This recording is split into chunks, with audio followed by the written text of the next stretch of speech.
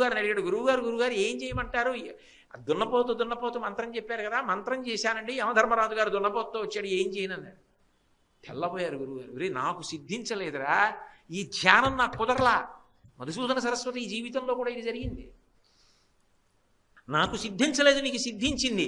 ఒరే నీ పేరు మీద లోకంలో ఎప్పటికీ కీర్తి నిలబడిపోవాలంటే అదిగో ఆ తూము కడ్డంగా పెద్ద బండరాయి పడిపోయింది, ఆ దున్నపోతుని తాడు కట్టి అది లాగే పక్కన పారేయమనరా, కాలువ ప్రవహిస్తుందన్నారు. అంటే ఆయన వెళ్ళి, మా గురువుగారు ఈ తూము కడ్డంగా పెద్ద బండరాయి పడిపోయింది తీసేయమన్నారు నిన్నన్నారు. ఏం చేస్తుంది మరి? భక్తికి వశపడవలసిందే. దాన్ని నడ్డుకో తాడు కట్టుకుని రాయికో తాడు కట్టి అలా లాగే అవతల పారేసింది. అది యమధర్మరాజు గారి మహిషం, అది ఏం చేయలేదు కనుక లాగే అవతల పారేసింది. ఆ తూముకి కనకదాసు తూము అని పేరు వచ్చింది. మనసు నిలబడితే ఏదైనా, మనసు నిలబడనప్పుడు మిగిలినదంతా అంతే. అది పట్టుకో జీవితంలో, అది పట్టుకోనప్పుడు దాని వలన ఆ ప్రయోజనాన్ని ఏం పొందుతావు? ఎప్పుడూ ఒక చోట ఉండడం శారీరకంగా, మనసుతో వేరొక విషయాన్ని ఆలోచన చేయడం.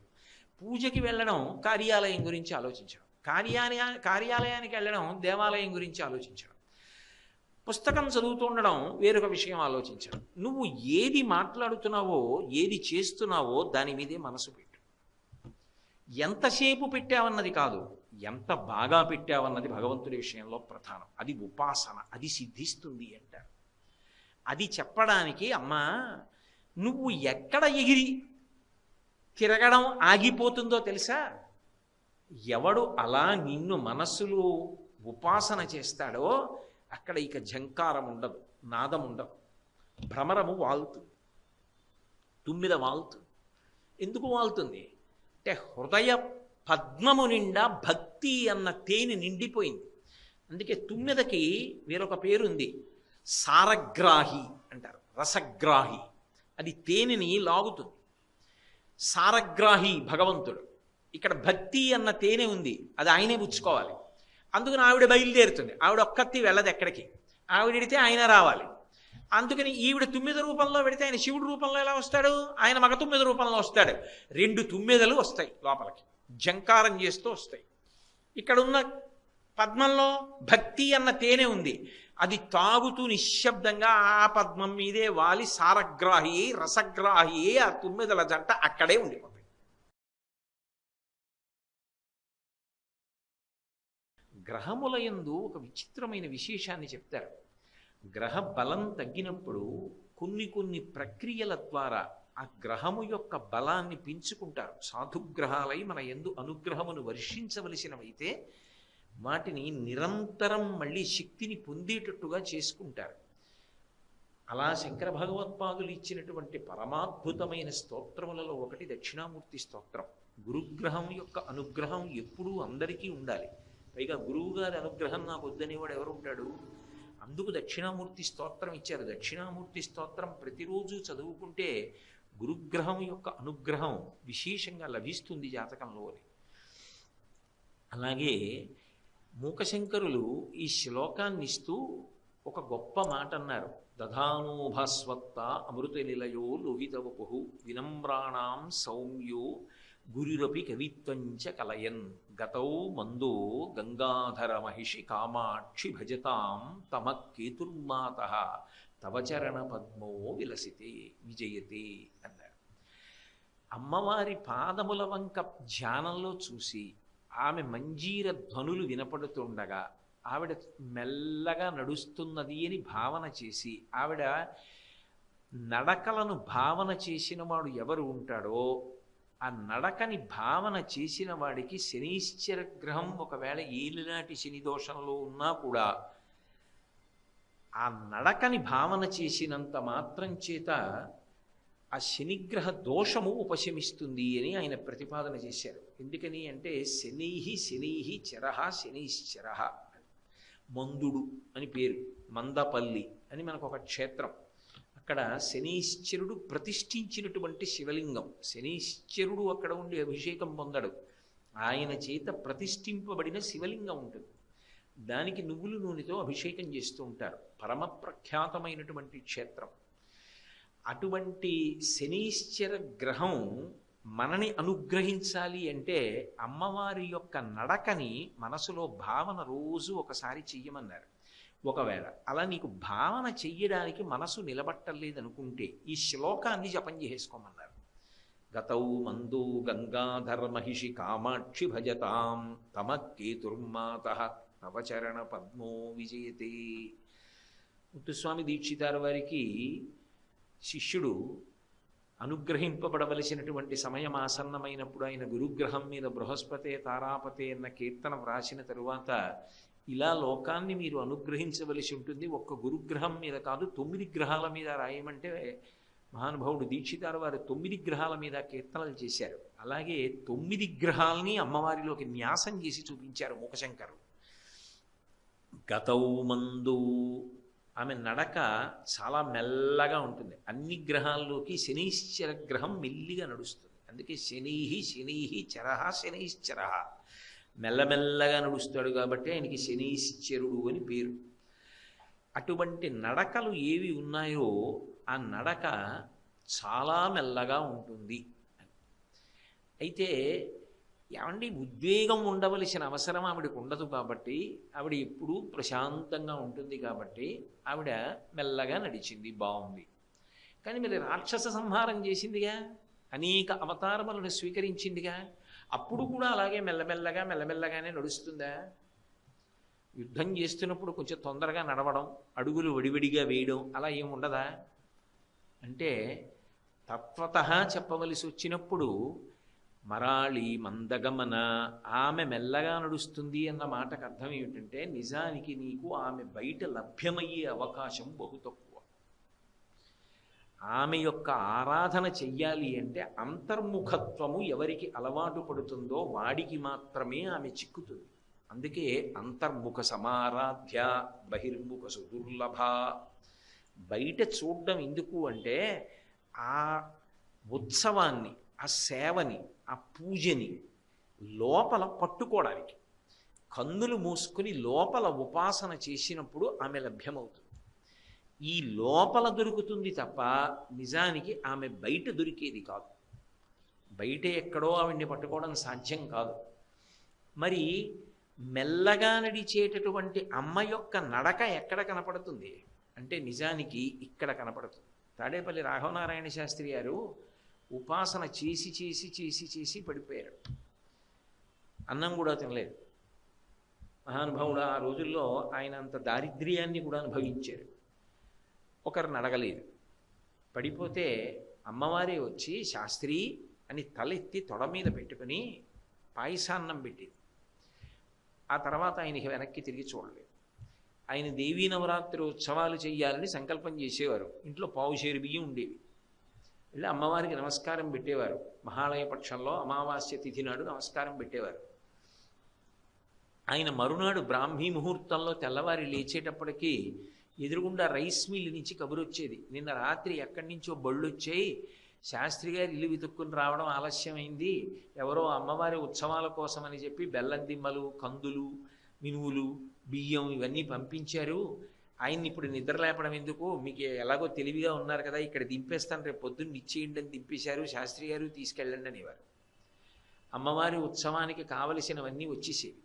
అమ్మవారి ఉత్సవానికి వచ్చినటువంటివి విజయదశమి నాడు ఆయన ఏం చేసేవారంటే ఏమైనా మిగిలిపోతే అవన్నీ కూడా పిండి వంటలు వండించేసి వచ్చిన వాళ్ళకి అందరికీ పెట్టేసి, ఇంకా మిగిలిపోతే అమ్మ ఉత్సవానికి ఇచ్చింది తప్ప మిగల్చుకు నే తినడానికి కాదు అని రహదారి మీద వెళ్ళిపోతున్నటువంటి వాహనాలు ఆపి అందులోకి భక్తుల్ని ఎక్కించి ప్రసాదం పంచిపెట్టేసేవారు. విజయదశమి సాయంకాలానికి వచ్చిన డబ్బు పదార్థాలు అయిపోవాలి. ఏకాదశి నాటికి మళ్ళీ మామూలు. ఆయనకి అమ్మవారు ఇస్తుంది, ఆయన తినడానికి కావలసినంత. ఆ ఉపాసన బలం ఎలా ఉండేదంటే నేను ఆ చందోలు వెళ్ళి చూశా. నాతో ఇక్కడ ఉన్న వాళ్ళు కొంతమంది ఉన్నారు కూడా. వెళ్ళినప్పుడు గోపాలకృష్ణ గారు కూడా నాతో వచ్చారప్పుడు. ఆయన మడత కుర్చీలో పడుకుని ఉండేవారు. పడుకుని ఉంటే ఒక స్త్రీ ఆయన్ని చూడడానికి వచ్చింది. వచ్చి శాస్త్రి గారు ఉన్నారా అని అడిగింది. నేనే శాస్త్రిని అన్నారు. ఏమిటమ్మా అలా మాట్లాడతారు, శాస్త్రి గారు మగ ఆయన కదా, మీరు ఆడవారు కదా, శాస్త్రి గారిని అడుగుతున్నానమ్మా అని. నీకు బుద్ధుందా, నేనేనే శాస్త్రిని అన్నారు ఆయన. మళ్ళీ అలా అంటారేంటమ్మా, శాస్త్రి గారు ఉంటే చెప్పండి దర్శనం చేసుకుంటారు. నేను శాస్త్రిని లేచి నిలబడ్డారు. ఆవిడ ఉలిక్కి పడింది. అప్పుడు శాస్త్రి గారిలా కనపడ్డారు. ఆయన చాలా మందికి స్త్రీలా కనపడేవారు. ఆ ఉపాసన బలం. చిట్ట చివర ఆయన భౌతిక కాయాన్ని తీసుకెళ్ళి చితి మీద పెడితే అమ్మవారు లేచింది ఆయన శరీరంలోంచి. అంత మంత్రపూతం అయిపోయింది శరీరం.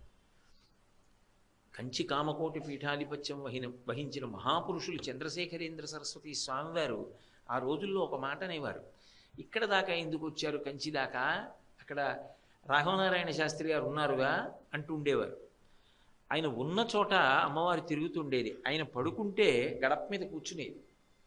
అనేక పర్యాయాలు అమ్మవారితో హాస్యమాడి వ్యాసుణ్ణి పిలి చెప్తాననేవారు. ఆయన అలా రాసిన పుస్తకాలు ఉన్నాయి ఇప్పటికీ. పలికింది తల్లి. ఎలా అంటే లోపల ఉపాసన, లోపలి ఉపాసన మరాళి మందగమన అని అనడానికి కారణం ఏమిటంటే రాజన్ మత్తమరాళ మందగమనాం అనడానికి కారణం హంస నడక కలిగినది అని. హంస అంటే నిజంగా పక్షి ఎక్కడుందండి అని అడిగారు అనుకోండి, కొన్ని పౌరాణిక పక్షులు అంటారు, చకోరము ఇటువంటివి. ఆ హంస ఎక్కడుంది అంటే ఇదిగోనండి ఇక్కడ ఉంది అని చూపించిన వాళ్ళు ఇప్పటివరకు ఎక్కడ కనపడలేదు. హంస అన్న మాటకు అర్థం ఏమిటంటే నిజానికి హకారము శివశక్తి, సకారము శక్తి. శక్తి అంటే అమ్మవారు, హకారము శివశక్తి. హకార సకారముల మధ్యలో బిందుస్వరూపం కలిసిందనుకోండి హంస, అది కదులుతూ ఉంటుంది. ఆ హంస ఎక్కడ కదులుతుందంటే షట్చక్రముల యందు కదులుతూ ఉంటుంది. అది యోగరహస్యం. సరే, అదే ఒక పరిస్థితిలో చెప్పినప్పుడు బిందునాద కళా విధానేన అన్నమాట వాడుతూ ఉంటారు దానికి. ఆ తల్లి కదులుతుంది. ఆమె ఆయా చక్రముల యందు కదిలినప్పుడు జీవుడు ఒక్కొక్క స్థితిని పొందుతూ ఉంటాడు. అది హంస. అందుకే మీరు చూడండి, ఈ హ ఈ స ఈ రెండింటినీ కలిపి అమ్మవారిని అయ్యవారిని సంయోగంగా ప్రతిపాదన చేస్తారు. అందుకే సూక్తం దగ్గరికి వచ్చేటప్పటికీ శ్రీ సూక్తం అంటే అమ్మవారి పరంగా ఉన్నది హిరణ్యవర్ణాం హరిణీం అని మొదలవుతుంది హకారంతో. అయ్యవారి మీది సహస్రశీర్ష పురుష అని మొదలవుతుంది. ఈ హకార సకారముల మధ్యలో బిందుస్వరూపం ఉంటుంది. అప్పుడు హంస. ఈ హంస మరాళీ మందగమన, మెల్లగా నడుస్తుంది. దీని అర్థం ఏమిటంటే యథార్థమునకు ఉపాసనలో దాని అర్థం ఏమి అంటే నువ్వు ఎంత ఉద్వేగంగా ఉండి చేస్తుంటావో అంతగా ఆమె నీకు పట్టుపడకుండా ఉంటుంది. కామము క్రోధము ఈ రెండు అక్క చెల్లెళ్ళు. అందుకే రాగస్వరూప పాషాఢ్య క్రోధాకారాంకుశోజ్వల. రాగమున్న చోట క్రోధం ఉంటుంది, క్రోధమున్న చోట రాగం ఉంటుంది. ఈ రెండు పాశములే. అయితే ఈ రెండు ఎక్కడుంటాయో అక్కడ ఉద్వేగం ఉంటుంది. ఎక్కడ ఉద్వేగం ఉన్నదో అక్కడ ఊపిరి ఎందు చురుకుతనం ఉంటుంది. చాలా వేగంగా ఊపిరి తీసి చాలా వేగంగా ఊపిరి వదిలిపెడతారు. ఎంత వేగంగా ఊపిరి తీసి ఎంత వేగంగా ఊపిరి వదిలిపెడుతున్నాడో ఉపాసనకి అంత దూరంగా ఉన్నాడని గుర్తు. ఆసనం అంటే కూర్చోవడం, ఉపాసన అంటే దగ్గరగా కూర్చోవడం.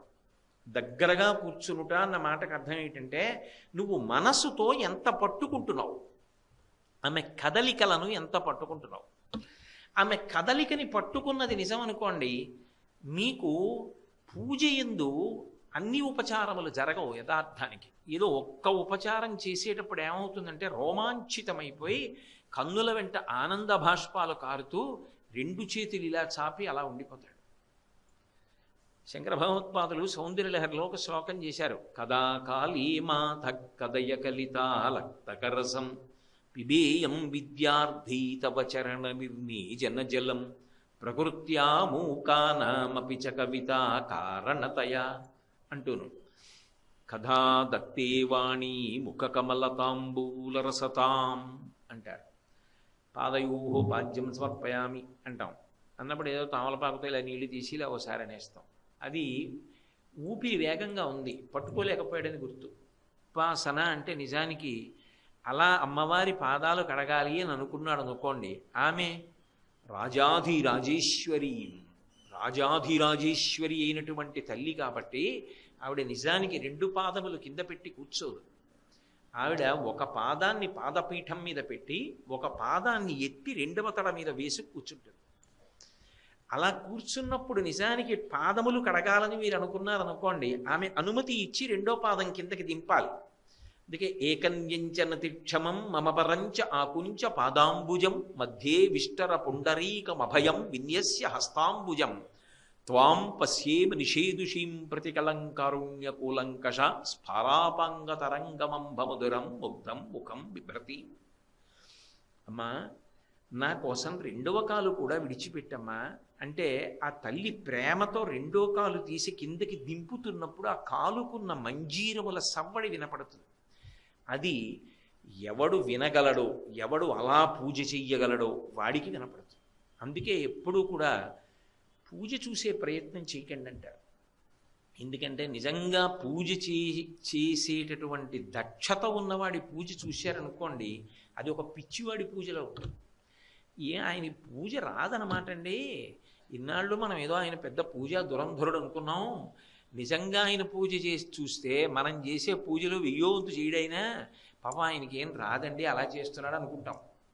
కానీ ఆయనే నిజమైన పూజ చేస్తాడు. ఎందుకో తెలుసా? పాదయోహో పాద్యం సమర్పయామి అంటే అయిపోయింది ఆయన పూజ. ఎందుకంటే ఆయనకి ఆ రెండో పాదం కనపడుతుంది. ఆయన మనసుతో బంగారు పళ్ళెం పెడతాడు. ఆయన ధర్మపత్ని వచ్చి మల్లెలు, జాజులు, సంపంగిలు అన్నీ అందంగా పళ్ళెంలో సర్దుతుంది. అప్పుడు అమ్మవారిని ప్రార్థన చేస్తే రెండు పాదములు ఎత్తి ఆ పువ్వుల పళ్ళెంలో పెడుతుంది. ధర్మపత్ని బంగారు కలశంతో నీళ్లు పోస్తుంది. ఈయన కుడి చేత్తో అమ్మవారి పాదాలు కడుగుతూ ఆ చీర కొంగు పైకెత్తి పట్టుకుని ఆ మంజీరం కొంచెం పైకెత్తి అమ్మవారి కాళ్ళు కడుగుతాడు. ఆవిడ కాళ్ళకి పాదములకు అలంకారం చేయబడినటువంటి లత్తుక ఆ నీళ్లలో కడిగి, మనం సువాసిని పూజ చేసినప్పుడు నీళ్ళు ఎర్రగా ఉంటాయే అటువంటి ఎర్రటి నీళ్లు తయారవుతాయి. ఆవిడ పాదములకు సహజ సుగంధం ఉంటుంది. ఆవిడ ఒళ్ళంతా సుగంధభరితం. ఆ సహజ సుగంధభరితమైన పాదములను కడిగినప్పుడు ఆ లత్తుకతో కరిగినటువంటి ఎర్రటి నీళ్లున్నాయే అవి సరస్వతీదేవి తాంబూల చర్వణం చేసిన లాలాజనంతో సమానం. ఆ తీర్థాన్ని ఒక్క ఉద్ధరణుడు ఇలా పుచ్చుకున్నవాడు ఉంటాడే, వాడికి వచ్చే సరస్వతీ కటాక్షం అనన్యసామాన్యం. కదా కాళీమాత కథయ కలితాలక్తకరసం. ఎప్పుడమ్మా నేను అలా పుచ్చుకుంటాను అన్నారు శంకరుడు. కదా అని మొదలెట్టారు శ్లోకం. అంటే అసలు మనసు అలా నిలబడి చూడగలిగితే తప్ప ఆ ఉపాసన సిద్ధించదు. అలా ఉపాసన సిద్ధించాలి అంటే త్రికరణములు సరళ రేఖలో పడాలి. నోటితో మీరు ఏది చెప్పారో దాన్ని మనసు చూడాలి. నేను ఏదో హస్తయోహో అర్ఘ్యం సమర్పయామి అన్నాను అనుకోండి, హస్తయోహో అర్ఘ్యం సమర్పయామి అంటే ఆచమనం తీసుకోవడం కాదు. అది ఆత్మోద్ధరణము చెయ్యగలిగిన పెద్దలు ఎవరు ఉంటారో వారు ఇంటికి వచ్చినప్పుడు అర్ఘ్యం ఇవ్వాలి. ఓ పళ్ళెం పట్టుకొచ్చి పెట్టి ఆయన చేతుల మీద నీళ్లు పోస్తారు. పోస్తే ఆయన చేతులు కడుక్కుంటాడు. ఆయన చేతులు కడుక్కున్నాడు అనుకోండి, హస్తోదకం అంటారు. అలా చేతులు కడుక్కోవడానికి ఇచ్చిన నీళ్లు ఏ ఉన్నాయో దాన్ని అర్ఘ్యం ఇచ్చారంటారు. అలా హస్తయోహో అర్ఘ్యం సమర్పయామి అన్నారు అనుకోండి, ప్రాతస్మరామి పరమేశ్వర బాహుదండాన్ ఖట్వాంగశూలహరిణాహ పినాయకయుక్తాన్ గౌరీ కపోలకు చరంజిత పత్ర రేఖాన్ సవర్ణ కంకణ మణిద్యుతిభాసమానాం. శంకరుడు ఇలా చేతులు చాపితే చేతులకు ఉన్నటువంటి కంకణములు కణకణ కణకణ శబ్దములు చేస్తాయి. ప్రాతస్మరామి లలిత. ఆ తల్లి యొక్క భుజములను ఒక్కసారి జ్ఞాపకం తెచ్చుకుంటే, ఆ చేతులు జ్ఞాపకం తెచ్చుకుంటే ఆవిడ గాజులు గలగల గలగల శబ్దం చేస్తాయి.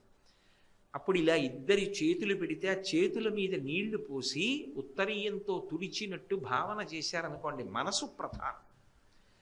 మనసు వేగాన్ని ఎందుకు పుంజుకుంటుంది అంటే దానికి ఓ పెద్ద అల్లరుంది. తత్వశాస్త్రంలో మనసు యొక్క కదలికలన్నీ ఊపిరి మీద ఆధారపడతాయి. అందుకే ఆఖరి ఊపిరి ఆఖరి మనసు యొక్క సంకల్పం. ఆఖరి ఊపిరి తీసేయడము, ఆఖరి ఊపిరి వదిలేయడము, రెండింటిలో ఏదో ఒకటే. అదే మృత్యు. వదిలి తీయలేదు, వెళ్ళిపోయాడు. తీసి వదలలేదు, వెళ్ళిపోయాడు. ఆఖరిసారి తీసినప్పుడో ఆఖరిసారి వదిలినప్పుడో ఆఖరిసారి మనసు కదులుతుంది. ధన్యా సోమవిభావనీయ చరితాం ధరాధర శ్యామలాం, అక్కడ వస్తుంది ఆ విశేషాలు. ఆ మనసు ఆఖరిసారి కదులుతుంది. కదిలినప్పుడు జీవితంలో అప్పటి వరకు దేన్ని ప్రీతితో పట్టుకున్నాడో దాన్ని స్మరిస్తూ వెళ్ళిపోతుంది. ఇంద్రియ శక్తులను మూట కట్టేసుకుని వెళ్ళిపోతుంది బయటికి. మృత్యు అది పరమగోప్యంగా వెళ్ళిపోయి, ఎంత గోప్యంగా వచ్చాడో అంత గోప్యంగా వెళ్ళిపోతాడు. ఏడుస్తూ వచ్చాడు, ఏడుస్తూ వెళ్ళిపోతాడు. శరీరమునందు భ్రాంతి. యోగి యోగరతో వా భోగరతో వా సంగరతో వా సంగవిహీన యస్య బ్రహ్మణి రమతే చిత్తం నందతి నందతి నందచ్చేవ. అయితే అందుకోగలగాలి అంటే ఆవిడ గురించి మీరు నోటితో చెప్పినది మనసులో భావించి మీ చేతితో అలా ఉపచారం చెయ్యాలి అంటే, ఈ మూడు ఒక రేఖలో పడాలి అంటే మనసు నియంత్రింపబడాలి. అందుకే భగవంతుడు ఎప్పుడూ పెట్టేటటువంటి నియమం ఏమిటంటే, నువ్వు తెచ్చిన పదార్థం నా కోసమని నువ్వు చెప్పినా నేను నమ్మను. ఎందుకని అంటే అది నువ్వు సృష్టించినది కాదు. పత్రం పుష్పం ఫలం తోయం, నువ్వేం తెచ్చావు నాకు అనవసరం. యోమే భక్త్యా ప్రయచ్చతి, భక్తితో తెస్తే పుచ్చుకుంటా. భక్తి మనోజనితం, ప్రేమ. నువ్వు నీళ్లు తెచ్చావా, ఆకు తెచ్చావా, పువ్వు తెచ్చావా, దళమైన పుష్పమైనను ఫలమైనను సలిలమైన భార్య నిభక్తిని కొలచిన జనులు అర్పించిన ఎలమిన రుచిరాన్నముగా ఎనుభుజింతున్నంటాడు కుచేలోపాఖ్యానంలో. ప్రేమతో పెట్టు, తింటా. ప్రేమ మనసులోంచి రావాలి. అసలు ఆ ప్రేమ అనుబంధం పూజ యందు అభివ్యక్తము కావాలి అంటే మనసు నిలబడితే కదా. మనసు నిలబడకపోతే అది ఎలా చూస్తుంది? ఆ పాదాలు ఎలా చూస్తుంది? ఆ చేతులు ఎలా చూస్తుంది? అప్పుడు తంత్ అంటారు. తంత్ అంటే మూడు సరళ రేఖలో పడవు. పాదయోహ పాద్యం సమర్పయామి, హస్తయోహ అర్ఘ్యం సమర్పయామి, ముఖే ఆచమనీయం సమర్పయామి, సిద్ధోదక స్నానం సమర్పయామి, వస్త్రయుగ్మం సమర్పయామి. అక్కడ ఆగుతుంది. అయిపోయా? అయిపోయి అంటే మనసు లేదు, అందుకని నడిపోయింది. మనసు పెట్టడం అలవాటైన వాడు ఎదురుగుండా ఉన్నాడు అనుకోండి, వాడికి చికాగ్గా ఉంటుంది. ఏమిటిరా ఈ మంత్రం ఏంటి, పూజ ఏమిటిరా అంటే. అంటే తంతు పూజ అని వాడు చేస్తున్నాడు, అమ్మవారు అంటుంది నువ్వు తంతు చేస్తున్నావు. అదొక నటన అంతే. అందులో ఎక్కడ మనసు నువ్వు పెట్టి ఇచ్చింది ఏం లేదు. నువ్వు మనసు పెట్టి ఇచ్చింది నిజమైతే నువ్వు మంచినీళ్ళు నీకేం కనపడాలి? అమ్మవారికి నువ్వు మంచినీళ్ళు ఇస్తే నీకు అమ్మవారి అధరం కనపడాలి. అధరం అంటే కింది పిరివి. కింది పిరివి ఎందుకు కనపడాలి? నువ్వు మనసుతో, మానసిక పూజకి దరిద్రం ఏముందండి? ఓ బంగారు పాత్రతో మంచినీళ్ళు ఇచ్చారనుకోండి, ఆవిడ పెట్టుకు తాగుతోంది అనుకోండి, కింది పిరివి కనపడాలా వద్దా? కంఠంలో గుటక వేసినప్పుడు కంఠంలో కదలికలు కనపడాలా వద్దా? త్రివళులు 3 రేఖలు కంఠం మీద కనపడాలా వద్దా? ఆవిడ చేతితో పాత్ర పట్టుకున్నప్పుడు ఆవిడ చేతి కాంతులు, ఉంగరపు కాంతులు కనపడాలా వద్దా? మనసు అక్కడ నిలబడితే ఏ ఉపచారమైనా ఒకటి చేసిన తర్వాత అసలు రెండోది గుర్తురాదు. అసలు మనసు ఎలా నిలబడుతుంది అంటే ఊపిరి మీద ఆధారపడి కదులుతుంది మనసు. అందుకే మనసు అంటే దాన్ని ఆపరేషన్ చేసి చూపించండి అంటే చూపించలేరు. ఊపిరితిత్తులు చూపించండి అంటే చూపిస్తారేమో, ఆఖరికి కంటిలోని రెటీనాని చూపించండి అంటే చూపిస్తారేమో. ఏమంటే నా మనసును చూపించండి అంటే ఎవరు చూపిస్తారు? ఎవరు చూపించరు. మనసు సంకల్ప వికల్ప సంఘాతము. అది సూక్ష్మ శరీరం, అది దొరికేది కాదు పట్టుకి, అది ఊపిరి మీద ఆధారపడుతుంది. అందుకే పూజ ప్రారంభం ఎక్కడ అంటే ముందు ఊపిరిని నియంత్రిస్తారు. అందుకే ప్రాణాయామం చేయండి అంటారు. ప్రాణాయామం చేయండి అని ముక్కట్టుకోండి అంటారు. ముక్కట్టుకుంటే ప్రాణాయామం కాదు. కుడి ముక్కులోంచి ఊపిరి తీస్తే కుడి ముక్కుని మూసి ఎడమ ముక్కులోంచి మెల్లగా వదలాలి. మళ్ళీ ఎడమ ముక్కులోంచి లోపలికి పీలిస్తే కుడి ముక్కులోంచి మెల్లగా వదలాలి. అది కూడా యోగశాస్త్రంలో 3 మాటలే.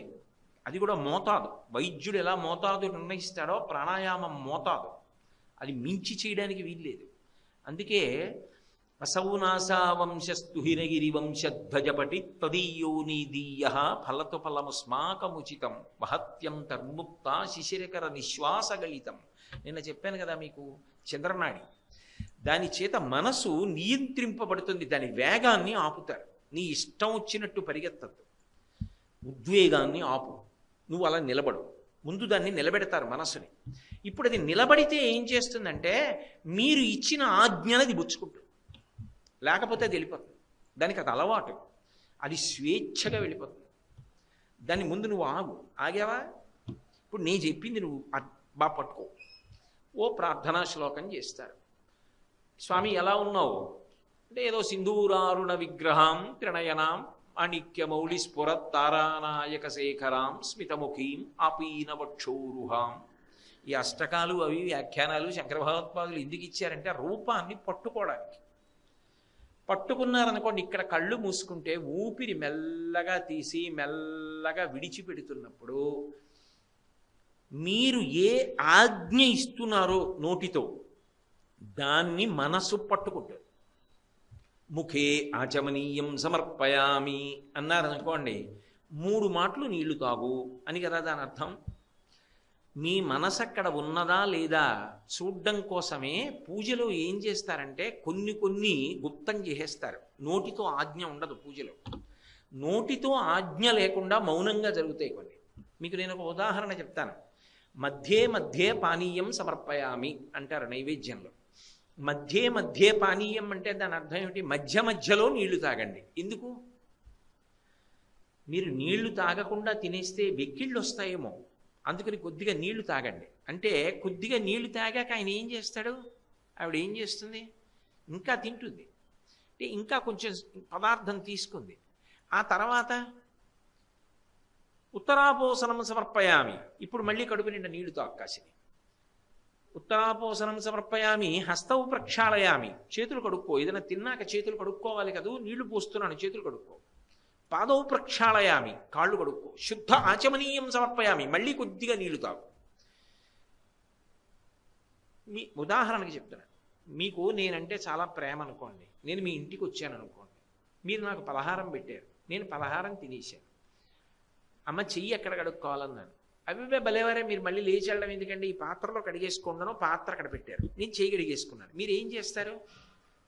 సరే లేచి వెళ్ళిపోండి అంటారా? నేను ఉత్తరీయం ఇలా తీసి తుడుచుకోబోతున్నాను అనుకోండి, అయ్యో ఉండండి అని తువ్వాలు పట్టుకొచ్చి ఇచ్చి తుడుచుకోండి అంటారు కదా. హస్తవు ప్రక్షాళయామి మీరు చెప్తే నిజంగా మీ మనసు అక్కడే నిలబడినది నిజమైతే మీరు ఏం చేయాలి? ఉత్తరీయం ఇలా తీసి అమ్మ చేతులు తుడుచుకో అని ఇలా పడితే ఆవిడ ఇలా చేతులు తుడుచుకుంటే ఆవిడ చేతికున్న కుంకం పసుపు పరమశివుడు ఆమె యొక్క బుగ్గలు పుణికినప్పుడు ఆమె అలదుకున్న అంగరాగములు అంటుకున్న ఉత్తరీయాన్ని వాసన చూసి నెత్తి మీద ఎట్టుకు పొంగిపోతారా? అసలు అంతవరకు ఎందుకండి? పాదయోహ పాద్యం సమర్పయామి అన్నప్పుడు పాదాలు కనపడ్డాయనుకోండి, వెంటనే నీళ్లు వేస్తారా కడుక్కొమ్మని? గృహీత్వా హస్తాభ్యాం శిరసి నయనే వక్షసి వహన్, అమ్మా ఒక్కసారి నా చేతుల్లో పెట్టమ్మా అని ఆవిడ 2 కాళ్ళు ఎత్తి 2 పాదాలు అరిచేతుల్లో పెట్టింది అనుకోండి, ఇంకా దగ్గరికి జరిగి అమ్మా ఒక్కసారి శిరసి తల మీద పెట్టుకుంటానమ్మా, సరే పెట్టుకో అందనుకోండి. అమాంతం నెత్తి మీద పెట్టుకుంటారా? మీరు బాగా వంగి ఆవిడ పాదాలు తల మీద పెట్టుకుంటారా? బాగా వంగాక ఆవిడ 2 పాదాలు తల మీద పెడితే ఇదేనా బల్ల, జారిపోతాయి పాదాలు. మీరు ఏం చేయాలి? ఇలా 2 చేతులతో ఆవిడ పాదాలు పైకి పట్టుకుంటే ఆ తాబేటి డిప్పల్లా ఉన్నటువంటి పాదముల పైభాగం చేతులకు తగులుతుంటే, అరికాళ్ళు తల మీద తగులుతుంటే మీరు అలా పట్టుకుని పరమ సంతోషాన్ని ధ్యానంలో అనుభవిస్తున్నారనుకోండి.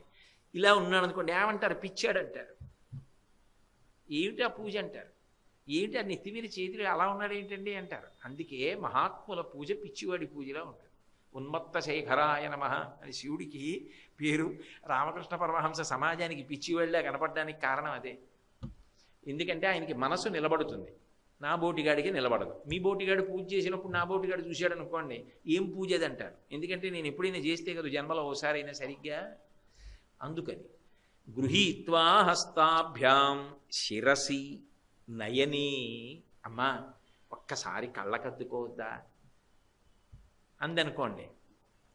ఆ వేళ్ల చివరి భాగాలు, ఆ వేళ్లకి మట్టెలు ఉంటాయి, ఆ చివరి భాగాలు ఇలా కళ్ళకి తగిలేటట్టుగా ఒక్కసారి కళ్ళకి కనురెప్పల మీద రాసుకుని శిరసి నయని, అమ్మ గుండెల మీద పెట్టుకోవద్దా? పెట్టుకో.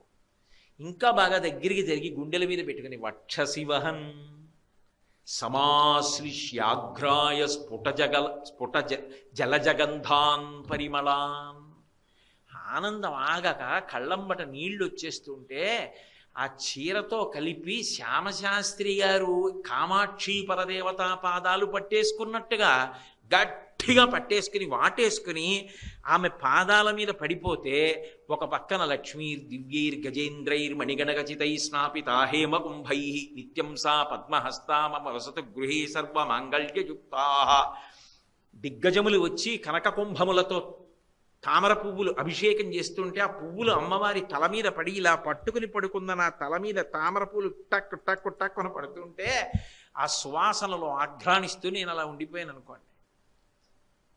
బాహ్యంలో అవకాశమా, మనసు నిలబడితే అవకాశమా? మనసు నిలబడితే పూజ. అప్పుడు ఒక్క ఉపచారం చాలు. అంటే నా ఉద్దేశం చెయ్యొద్దని కాదు, అలా ఏ ఉపచారమైనా ఒక్కటి చెయ్యగలిగాడు అనుకోండి, వాడు పూజ చేశాడురా అంటున్నాము. వాడు చేశాడురా పూజ అంటే గడగడ గడగడ అదేదో పరీక్ష గదిలోనో లేకపోతే తరగతి గదిలోనో చదువుకున్నటువంటి పాఠ్యాంశముల యొక్క నిడివిని పూర్తి చేసినట్టు గడగడగడగడగడ అన్నీ ఏదో చెయ్యాలని చేసేసి అక్కడ మనసు పెట్టకుండా చేసిన దాన్ని తంతు అంటున్నాడు. తంతు కాకుండా ఉపాసన చెయ్యాలి అంటే నిజానికి నువ్వు ఆ ఆనందం అనుభవించాలంటే. అందుకే శంకర భగవత్పాదులు శివానంద లహరిలో మాట అన్నారు, సమాశ్లిష్యాగ్రాయ స్ఫుటజలజ గంధాన్ పరిమళాన్ అలభ్యాం బ్రహ్మాద్యై ముదమనుభవిష్యామి హృదయే. ఇది బాహ్యంలో డబ్బుకి అధికారానికి లభించే ఆనందము కాదు, బ్రహ్మాదులకు లభించినటువంటి ఆనందమును నేను హృదయమునందు అనుభవిస్తున్నానన్నారు. అంతర్ముఖ సమారాధ్య బహిర్ముఖ సుదుర్లభ. ఆ మనసు అక్కడ ఉంటే, ఆ మనసు అక్కడ ఉండడం అంటే ఏంటి? ఊపిరిని ఎంత మెల్లగా అంటే ప్రయత్నపూర్వకంగా ఉండదు అక్కడ. మొదట్లోనే ఊపిరిని అలా నియంత్రిస్తారు ప్రాణాయామం చేసి, ఆ తర్వాత ఉపాసనలో అలా నిలబడిపోయాడు అనుకోండి. అలా నిలబడిపోయినప్పుడు ఊపిరి తనంత తానుగా నియంత్రింపబడిపోతుంది. అప్పుడు ఇక మీ ప్రయత్నం ఉండదు. మీ ప్రయత్నం లేకుండా చాలా మెల్లగా ఊపిరి తీసి ఊపిరి విడిచిపెడతాడు.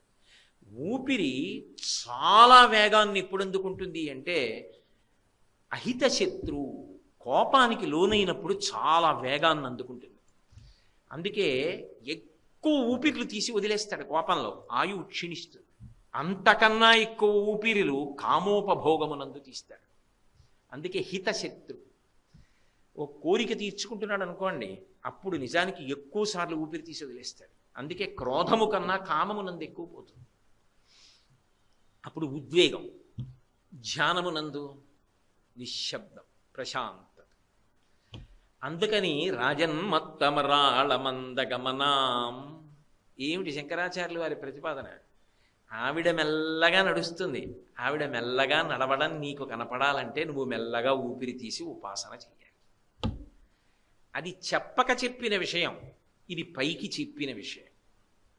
అలా ఉపాసన చెయ్యని నాడు, అలా నువ్వు ప్రయత్నమును చెయ్యని నాడు, మనుష్య జన్మ ఎత్తి ఉపాసనా సిద్ధిని పొందలేకపోతే దాని వలన ఏం ఉపయోగం ఉంటుంది? అందుకని ఉపచారములను చేసేటప్పుడు ఆ ఉపచారముల వెనక ఉండేటటువంటి భావమేమి అన్నదాన్ని పట్టుకుంటారు. అది పట్టుకోవడం అన్నది మనసుకు వచ్చిందనుకోండి, వాడు సాధించేస్తాడు. కనకదాసు గారని ఓ మహానుభావుడు ఉండేవాడు. ఆయన గురువుగారి దగ్గరికి వెళ్ళి విసిగించాడు, నాకు మంత్రం ఇవ్వండి, నాకు మంత్రం ఇవ్వండి. ఆ గురువు గారికి వీడు ఏ మంత్రం ఇస్తే ఉచ్చరించగలడని కోపం వచ్చి దున్నపోతు మంత్రం చెప్పించరా అన్నారు. గురువుగారు చెప్పారు, ఆయనకి అంతే నమ్మకం. ఆయన వెళ్ళి దున్నపోతు దున్నపోతు దున్నపోతు దున్నపోతు దున్నపోతు అని మొదలెట్టాడు. దున్నపోతునే ఆయన ధ్యానం చేస్తున్నాడు. మా గురువుగారు చెప్పారు అన్నాడు. అంతే. దేవుడి దున్నపోతు దున్నపోతు అని జపం చేసేస్తున్నాడు. ఇంతగా దృష్టి నిలబడిపోయింది. ఎవరెళ్ళాలని అడిగారు. అడిగితే అంత గొప్ప దున్నపోతు లోకంలో ఉన్నది అమధర్మరాజు గారి వాహనం, అదే వెళ్ళాలన్నారు. అదొక్కటి ఎందుకు ఎడుతుంది? అలా వెళ్ళదు. అది వచ్చిందంటే దాంతోపాటు ఆయన రావాలి. కాబట్టి వచ్చారు, ప్రత్యక్షం అయ్యారు. ఏం కావాలన్నారు. నాకెందుకు, నాకేం అక్కర్లేదన్నాడు. మరి ఎందుకు నువ్వు ధ్యానం చేసావు అన్నాడు. మా గురువుగారు చెప్పారు అన్నాడు. దేవతలు కనపడితే ఏమీ ఇవ్వకుండా వెళ్ళకూడదు, నీకేం కావాలో అడుగు చేసి పెడతామన్నారు. ఆయన అన్నాడు, నాకైతే ఏం అక్కర్లేదు, మా గురువు గారికి ఏమైనా కావాలేమో అడుగొస్తాను, ఇలా నించోండి అన్నాడు. అని వెళ్ళి గురువుగారిని అడిగాడు. గురువుగారు ఏం చేయమంటారు? దున్నపోతు మంత్రం చెప్పారు కదా, మంత్రం చేశానండి, యమధర్మరాజు గారు దున్నపోతుతో వచ్చాడు, ఏం చేయనన్నాడు. తెల్లబోయారు గురువుగారు. రే నాకు సిద్ధించలేదురా, ఈ ధ్యానం నాకు కుదరలా. మధుసూదన సరస్వతి ఈ జీవితంలో కూడా ఇది జరిగింది. నాకు సిద్ధించలేదు, నీకు సిద్ధించింది. ఒరే నీ పేరు మీద లోకంలో ఎప్పటికీ కీర్తి నిలబడిపోవాలంటే అదిగో ఆ తూముకు అడ్డంగా పెద్ద బండరాయి పడిపోయింది. ఆ దున్నపోతుని తాడు కట్టి అది లాగే పక్కన పారేయమనరా, కాలువ ప్రవహిస్తుందన్నారు. అంటే ఆయన వెళ్ళి మా గురువుగారు ఈ తూముకు అడ్డంగా పెద్ద బండరాయి పడిపోయింది తీసేయమన్నారు నిన్నన్నారు. ఏం చేస్తుంది మరి? భక్తికి వశపడవలసిందే. దాన్ని నడ్డుకో తాడు కట్టుకుని రాయికో తాడు కట్టి అలా లాగే అవతల పారేసింది. అది యమధర్మరాజు గారి మహిషం, అది ఏం చేయలేదు కనుక లాగే అవతల పారేసింది. ఆ తూముకి కనకదాసు తూము అని పేరు వచ్చింది. మనసు నిలబడితే ఏదైనా, మనసు నిలబడనప్పుడు మిగిలినదంతా అంతే. అది పట్టుకో జీవితంలో, అది పట్టుకోనప్పుడు దాని వలన ఆ ప్రయోజనాన్ని ఏం పొందుతావు? ఎప్పుడు ఒక చోట ఉండడం శారీరకంగా, మనసుతో వేరొక విషయాన్ని ఆలోచన చేయడం. పూజకి వెళ్ళడం కార్యాలయం గురించి ఆలోచించడం, కార్యాలయానికి వెళ్ళడం దేవాలయం గురించి ఆలోచించడం, పుస్తకం చదువుతూ ఉండడం వేరొక విషయం ఆలోచించడం. నువ్వు ఏది మాట్లాడుతున్నావో, ఏది చేస్తున్నావో దాని మీదే మనసు పెట్టు. ఎంతసేపు పెట్టావన్నది కాదు, ఎంత బాగా పెట్టావన్నది భగవంతుడి విషయంలో ప్రధానం. అది ఉపాసన, అది సిద్ధిస్తుంది అంటారు. అది చెప్పడానికి అమ్మా నువ్వు ఎక్కడ ఎగిరి తిరగడం ఆగిపోతుందో తెలుసా? ఎవడు అలా నిన్ను మనస్సులో ఉపాసన చేస్తాడో అక్కడ ఇక ఝంకారం ఉండదు, నాదం ఉండదు, భ్రమరము వాలుతుంది, తుమ్మిద వాలుతుంది. ఎందుకు వాలుతుంది అంటే హృదయ పద్మము నిండా భక్తి అన్న తేనె నిండిపోయింది. అందుకే తుమ్మెదకి వేరొక పేరుంది, సారగ్రాహి అంటారు, రసగ్రాహి. అది తేనెని లాగుతుంది. సారగ్రాహి భగవంతుడు. ఇక్కడ భక్తి అన్న తేనె ఉంది, అది ఆయనే పుచ్చుకోవాలి. అందుకని ఆవిడ బయలుదేరుతుంది. ఆవిడ ఒక్కత్తి వెళ్ళదు ఎక్కడికి, ఆవిడెడితే ఆయన రావాలి. అందుకని ఈవిడ తుమ్మెద రూపంలో పెడితే ఆయన శివుడు రూపంలో ఎలా వస్తాడు? ఆయన మగ తుమ్మెద రూపంలో వస్తాడు. 2 తుమ్మెదలు వస్తాయి లోపలికి, జంకారం చేస్తూ వస్తాయి. ఇక్కడున్న పద్మంలో భక్తి అన్న తేనె ఉంది, అది తాగుతూ నిశ్శబ్దంగా ఆ పద్మం మీదే వాలి సారగ్రాహి రసగ్రాహి ఆ తుమ్మెదల జంట అక్కడే ఉండిపోతాయి. అది భృంగీచ్ఛానటనోత్కట కరిమదగ్రాహీ స్ఫురన్ మాధవా హ్లాదో నాదయుతో మహాసితవపు పంచేషు నాచాధృత సత్పక్ష సుమనోవనేషు సపునః సాక్షాన్ మదీయే మనోరాజీవే భ్రమరాధిపో విహరతాం శ్రీశైలవాసీ విభు. శంకరుల శివానందలహరి. ఆ స్థితిని చేరుకోవడానికి నీ మనసు మీద నువ్వు అధికారాన్ని సంపాదించుకో. నువ్వు చెప్పిన మాట అది వినడం నేర్చుకోవాలి. లోకములన్నీయున్ గెలిచినాడవు, ఇంద్రియానీకము చిత్తమున్ గెలువనేరవు, నిన్ను నిబద్దు చేయు భీషణ శత్రుల ఆర్ముర ప్రభిందుల చేసిన ప్రాణికోటిలో నీకు విరోధి లేడొకడు నిర్పున చూడుము ధనవేశ్వర అంటాడు ప్రహ్లాదుడు హిరణ్యకశిపుడితో. ఏమిటో అది జరిగాను, ఇది జరిగాను, అది చేశాను, ఇది చేశాను, లోకాలు గెలిచానంటావు. నీ మనసుని గెలిచావా? నువ్వు చెప్పినట్టు వింటుందా? పాదాలు చూడంటే చూస్తుందా? పాదాలు చూడంటే ఇంకో చోటుకు పోకుండా ఉంటుందా? అలా నీ మాట నీ మనసు వింటే చెప్పు, నువ్వు మహాత్ముడివి, నీ కాళ్ళ మీద పడతా.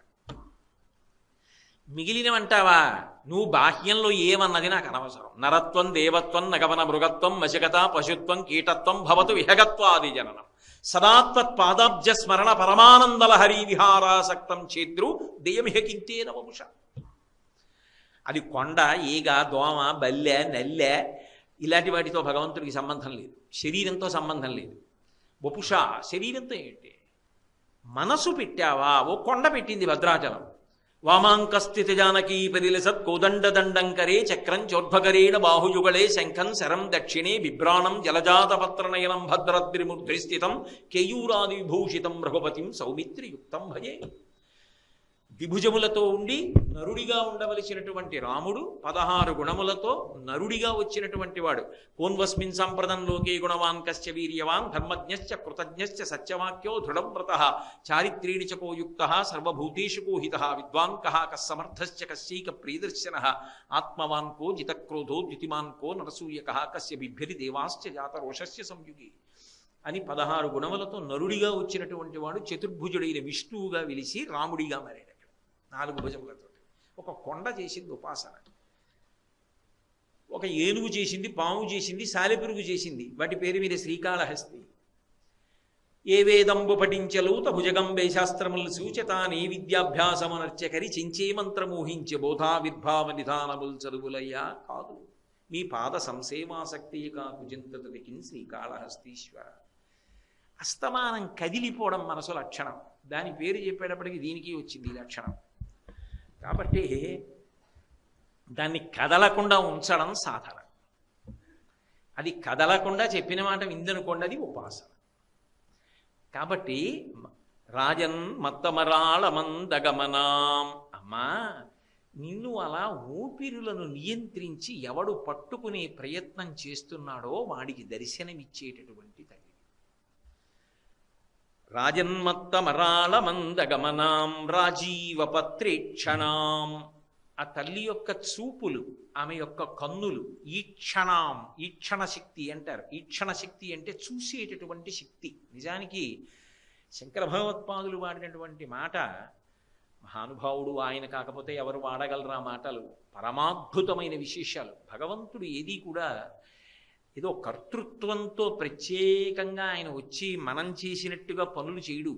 ఆయన కేవలము తన చూపుల చేస్తాడు. అందుకే శ్రీకైవల్య పదంబు చేరుటకునై చింతించదన్ లోకలక్షైకారంభకు భక్తపాలన కళా సంరంభకున్ దానవోద్రేక స్తంభకు కేళిలోల విలస దృగ్జాల సంభూత నానా కంజాత భవాండ కుంభకు మహానందాంగన డింబకున్ అంటారు పోతన గారు. కేళిలోల విలస దృగ్జాల సంభూత నానా కంజాత భవాండ కుంభకు, కేవలము తన అనుగ్రహ వీక్షణ శక్తి చేత ఆ చూపులతో ఆయన అనేక కోట్ల బ్రహ్మాండములను సృష్టించి నిర్వహించి లయం చేస్తాడు. ఆ చూపుల శక్తిని ఈక్షణ శక్తి అంటారు. అందుకే కనకధారా స్తోత్రం అంతా కూడా ఈ ఈక్షణ శక్తిని ప్రతిపాదిస్తారు. వందే వందారు మందారం ఇందిరానంద కందనం అమందానంద సందోహ బంధురం సింధురాననం అంగం హరే పులకభూషణమాశ్రయంతి భృంగంగణైవ ముకుళాభరణంతమాలం అంగీకృతాకిల విభూతిరపాంగలీలా మాంగళ్యదాస్తు మమ మంగళ దేవతాయా. ఎలా అంటే, అమ్మ నువ్వు ఒక్కసారి చూడు చాలు అంటారు. దద్యాదవ దయానుపవనో ద్రవిణాంబుధార అస్మిన్న కించన విహంగ శిశవిషణ్ణే దుష్కర్మ ఘర్మమపనీయ చిరాయ దూరం నారాయణ ప్రణయిని నయనాంబువాహ. నీ చూపుల చేత ఆమె చేసిన దుష్కర్మ అన్న మేఘాన్ని తొలగగొట్టే, ఐశ్వర్యాన్ని కురిపించి విశ్వామరేంద్రపద విభ్రమదాన దక్షం ఆనందహేతురధికం రవిద్విషోపి ఈశన్ నిషీదతు మయీక్షణమీక్షణార్థ ఇందీవరోదర సహోదరమిందిరాయా ఆమీలితక్షమధిగమ్య ముదాముకుందం ఆనందకందమ నిమేషమనంగతంత్రం ఆకేకరస్థిత కనీనిక పక్ష్మనేత్రం పూజ్యై భవేన్మమ భుజంగ శయాంగనాయా. ఆమె యొక్క చూపుల చేత అనుగ్రహిస్తుంది ఈశ్వర శక్తి, ఈక్షణ శక్తి. శంకర భగవత్పాదులు అది మాట్లాడుతున్నారు. భ్రమరాంబ ఈక్షణ శక్తిని ప్రతిపాదిస్తున్నారు. అందుకే రాజన్మత్తమరాళమందగమనాం రాజీవపత్రేక్షణాం. ఆమె కన్నులు ఎలా ఉంటాయిట? చూపు కంటిని కదా ఆశ్రయించి ఉంటుంది. ఆ కన్ను ఎంత అందంగా ఉంటుందంటే, తామర పువ్వు ఎంత అందంగా ఉంటుందో ఆమె కన్ను అంత అందంగా ఉంటుంది. అయితే ఈ మాట అన్న శంకరాచార్యులు వారే సౌందర్యలహరిలో అబ్బెబ్బెబ్బే అమ్మా అసలు నిజానికి ఏదో కలవ పూలతో నీ కంటిని సంకేతిస్తారు కానీ, తామర పువ్వో కలవ పువ్వో ఆ కలవ పువ్వుతో సంకేతిస్తారు కానీ అందులో లక్ష్మీదేవి కూర్చుంటుంది అని కదా, కమలాసన అని పేరు ఆవిడికి. కానీ నిజానికి నీ కంటితో పోల్చబడేవి ఏ ఉన్నాయో అవి రెండూ కూడా చాలా సిగ్గుపడిపోయాయమ్మా, నీ కళ్ళ సౌందర్యంతో సరిపోవని అన్నారు. ఆయన ఒక చోట ఒక శ్లోకం చేస్తూ కొన్ని అద్భుతమైనటువంటి విషయాలని ప్రతిపాదన చేశారు. అందులో మీనాక్షి అంటూ ఉంటాం కదూ అమ్మవారిని. అంటే చేపల యొక్క చూపులు ఎలా ఉంటాయో అవి కనురెప్ప పడదు చేపకి. నీళ్లలో తిరుగుతున్నా కూడా కనురెప్ప వేయకుండానే ఉంటుంది, నిద్రపోతున్నా కనురెప్ప వేయకుండానే ఉంటుంది. దానికి ఆ శక్తి ఉంది. అమ్మవారు కనురెప్ప వేయదు. ఆవిడ వేసింది అనుకోండి ప్రళయం, లోకాలు లయమైపోతాయి. ఉన్మీష నివిషోత్పన్న విపన్న భువనావళి. అందుకని మీనాక్షి అంటూ ఉంటారు. చేపల లాంటి చూపులు కలిగినది వక్త్రలక్ష్మి పరివాహ చలన్మీ లాభలోచన అని. కాబట్టి ఓసారి చేపలన్నీ అనుకున్నాయిట, అమ్మవారి కన్నులను మనతో పోలుస్తారు కదా, ఓసారి అమ్మవారి దగ్గరికి వెళ్ళి మనం చూసొద్దామని వచ్చేయట. శంకర భగవత్పాదులు అన్నారు సౌందర్యలహరిలో, తవాపర్ణే కర్ణే జపనయనపై శూన్యచకితా నిలీయంతే తో ఏ నియషమనిమేషా సఫరికా యంచ శ్రీర్బద్ధచ్చదపుటకవాటంకువలయం జహాతి ప్రత్యూషే నిశిచ విఘటయ్య ప్రవిశతి అన్నారు.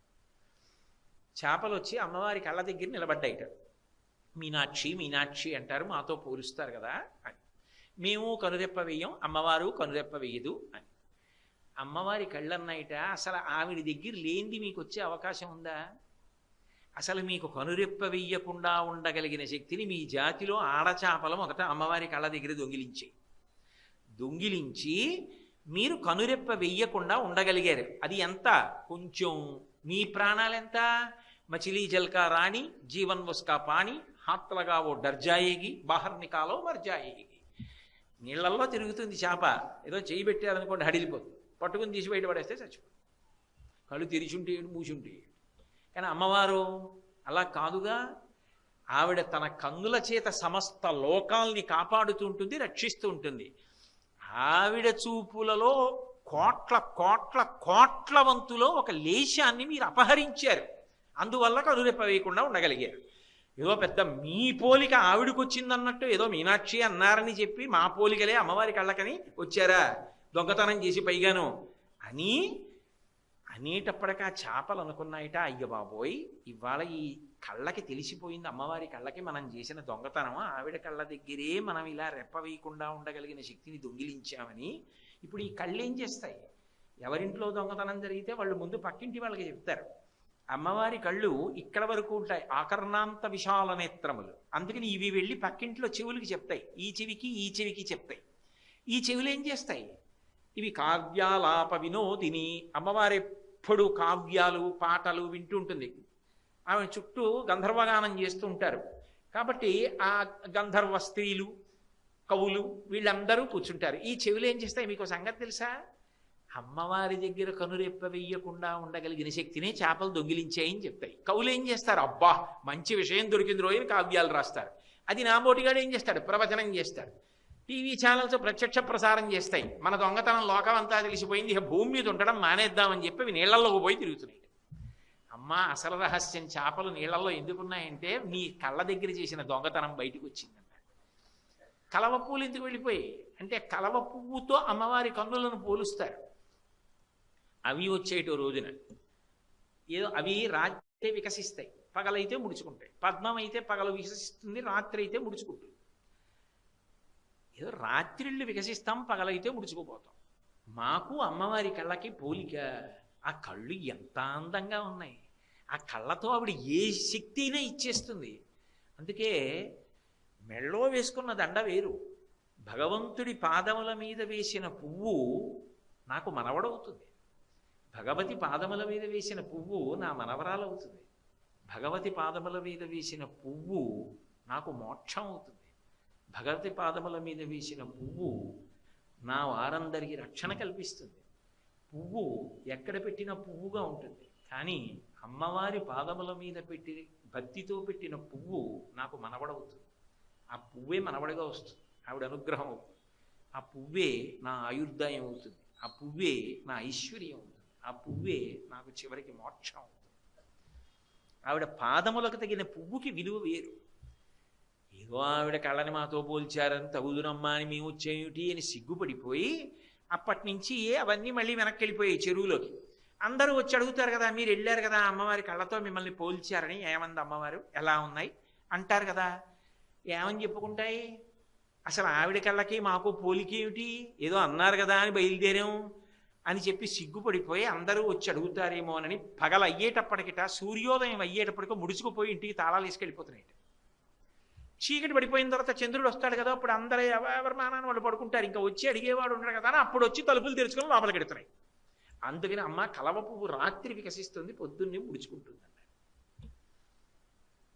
ఇంతకీ రాజీవపత్రేక్షణం, ఆ కన్నులు విశాలమైనటువంటి కన్నులు, ఆ దృష్టి అంత పవిత్రమైనటువంటి దృష్టి. అందుకే మనకి ఇప్పటికీ బదరీ క్షేత్రంలో బదరీ విశాల్ అంటుంటారు, జై జై బదరీ విశాల్ అంటారు. బదరీ క్షేత్రానికి అంత గొప్పతనం రావడానికి కారణం ఏమిటంటే అమ్మవారి యొక్క దృష్టిలోని వైశాల్య శక్తి కేంద్రీకృతమైంది అక్కడ. నేను చెప్పట్లేదు, శంకర భగవత్పాదులు సౌందర్యలహరి చేస్తూ విశాల కళ్యాణి స్ఫుటరుచిరయోధ్యా కువలయై కృపాధారాధారా కిమపి మధురా భోగవతిక అవంతి సృష్టిస్తే బహునగర విస్తార విజయ ధ్రువం తత్తన్నామ వ్యవహరణ యోగ్యా విజయతే. విశాల, అమ్మవారి కందులకున్నటువంటి వైశాల్యమున్నదే ఆమె లోకాన్నంతటినీ చూస్తుంటుంది. మొన్న మనవి చేశా కదా, దృశాద్రఘీయస్యాదరదలిత నీలోత్పల రుచా. ఈ బ్రహ్మాండములు ఎంతవరకు ఉన్నాయో అంతకన్నా ఎక్కువ దూరం చూసుకుంటూ ఉంటుంది తన బిడ్డలందరినీ. అంత విశాలమైన దృష్టి. ఆ దృష్టి శక్తి, ఈక్షణ శక్తి కేంద్రీకృతమైన చోట బదరీ విశాల్, బదరీ అన్న క్షేత్రం వచ్చింది. ఆమె దృష్టిపాతము చేత క్షేత్రములు వచ్చాయి. అవి వరుసగా ఎలా వచ్చాయో చెప్తూ ఆ క్షేత్రాలు విశాల కళ్యాణి స్ఫుటరుచిరయోధ్యా కువలయై కృపాధారా ధారా కిమపి మధురా భోగవతిక. సరే, ఇప్పుడు ఆ శ్లోకం అంతా ఎక్కడ చెప్పగలను నేను? అలా క్షేత్రములు ఎలా వచ్చాయో శంకర భగవత్పాదులు ప్రతిపాదన చేశారు. విశాలమైన నేత్రములు కలిగిన తల్లి. అయితే మనమైతే ఏం చేస్తాం? చూస్తాం. ఎంతవరకు చూస్తాం? కొంతవరకు చూసింది స్పష్టంగా కనపడుతుంది. బాగా దూరంగా ఉన్నదాన్ని చూశాననుకోండి, స్పష్టత ఉండదు. బాగా దూరంగా ఉన్నది తెలియదు కూడా. చాలా దూరంలో ఉన్నది అది ఏమిటి అన్నది స్పష్టంగా తెలియదు. అందుకే జ్యోతిషము భగవంతుని యొక్క నేత్రస్థానము అంటారు. కన్నులతో చూస్తాం. విరాట్ పురుషుడికి జ్యోతిష శాస్త్రం నేత్రస్థానంలో ఉంటుంది. అందుకే ఎప్పుడో జరగబోయే విషయాన్ని లెక్క కట్టి పట్టుకుంటుంది ఆ శాస్త్రం, చూడగలుగుతుంది. అమ్మవారి దృష్టికి ఉన్న గొప్పతనం ఏమిటో తెలుసా? ఎవరినైనా ఆవిడ చూసిందనుకోండి, వాడు కామకోటి అనుగ్రహాన్ని పొందుతాడు. అంటే చరమ ప్రయోజనం ఏది ఉంటుందో, ఏది కోట్ల జన్మల సాధన వలన కలుగుతుందో అది ఆమె యొక్క చూపు పడిన కారణం చేత వచ్చేస్తుంది. ఇప్పుడు ఎవరో మనని చూశారనుకోండి, కలిగితే భయం కలగాలి, లేకపోతే ప్రేమ కలగాలి. బా ఎంత ప్రేమగా చూస్తున్నారో అని అనిపించాలి. మనం చూసామనుకోండి, ప్రేమతోనన్నా చూడాలి, కామంతోనన్నా చూడాలి. రెండు ఇంచుమించుగా ఒకటే. అంటే నా ఉద్దేశం అన్ని వేళలా తుచ్చమైనటువంటి విషయాన్ని ప్రతిపాదన కాదు. కామము అంటే కోరిక, మళ్ళీ మళ్ళీ చూడటం అనేటటువంటిది ఎందుకు చూడాలి అంటే కేవలం ఏదో బాహ్యాందం అని కాదు. అబ్బా, నేను ప్రతిరోజు ధ్యానంలో ఏ కామాక్షి పరదేవతని చూస్తూ ఉంటానో ఆ కామాక్షి పరదేవతలా ఉంది ఆవిడ అని మళ్ళీ మళ్ళీ చూడొచ్చు. అందుకని అన్ని వేళలా అది దోషభూయిష్టమని ప్రతిపాదించడానికి వీల్లేదు. నేను పవిత్రమైనటువంటి దృష్టికోణంతో ప్రతిపాదన చేస్తున్నాను. లేదా కోపంతో చూడవచ్చు. మనం చూడడం వల్ల అవతల వారికి బహుధా ప్రయోజనము సిద్ధిస్తుందని చెప్పడం చాలా కష్టం. కానీ అమ్మవారు ఒకసారి చూసిందనుకోండి, ఇక వాడు పొందేటటువంటి శక్తిని చెప్పడం ఎవరికీ సాధ్యం కాదు. మూకశంకరులు కామాక్షి పరదేవతానుగ్రహంతో మూకపంచశతి చేశారు. అందులో ఆర్యాశతకము అని ఒక శతకం చేస్తూ అమ్మవారి చూపు గొప్పతనం చెప్పారు. చెప్తూ ఆయన ఒక మాట అన్నారు, అసలు శ్రీ కామాక్షి కటాక్షితా పురుషా విపినం భవనం అమిత్రమిత్రం లోష్టంచ యువతి బింబోష్టం అన్నారు.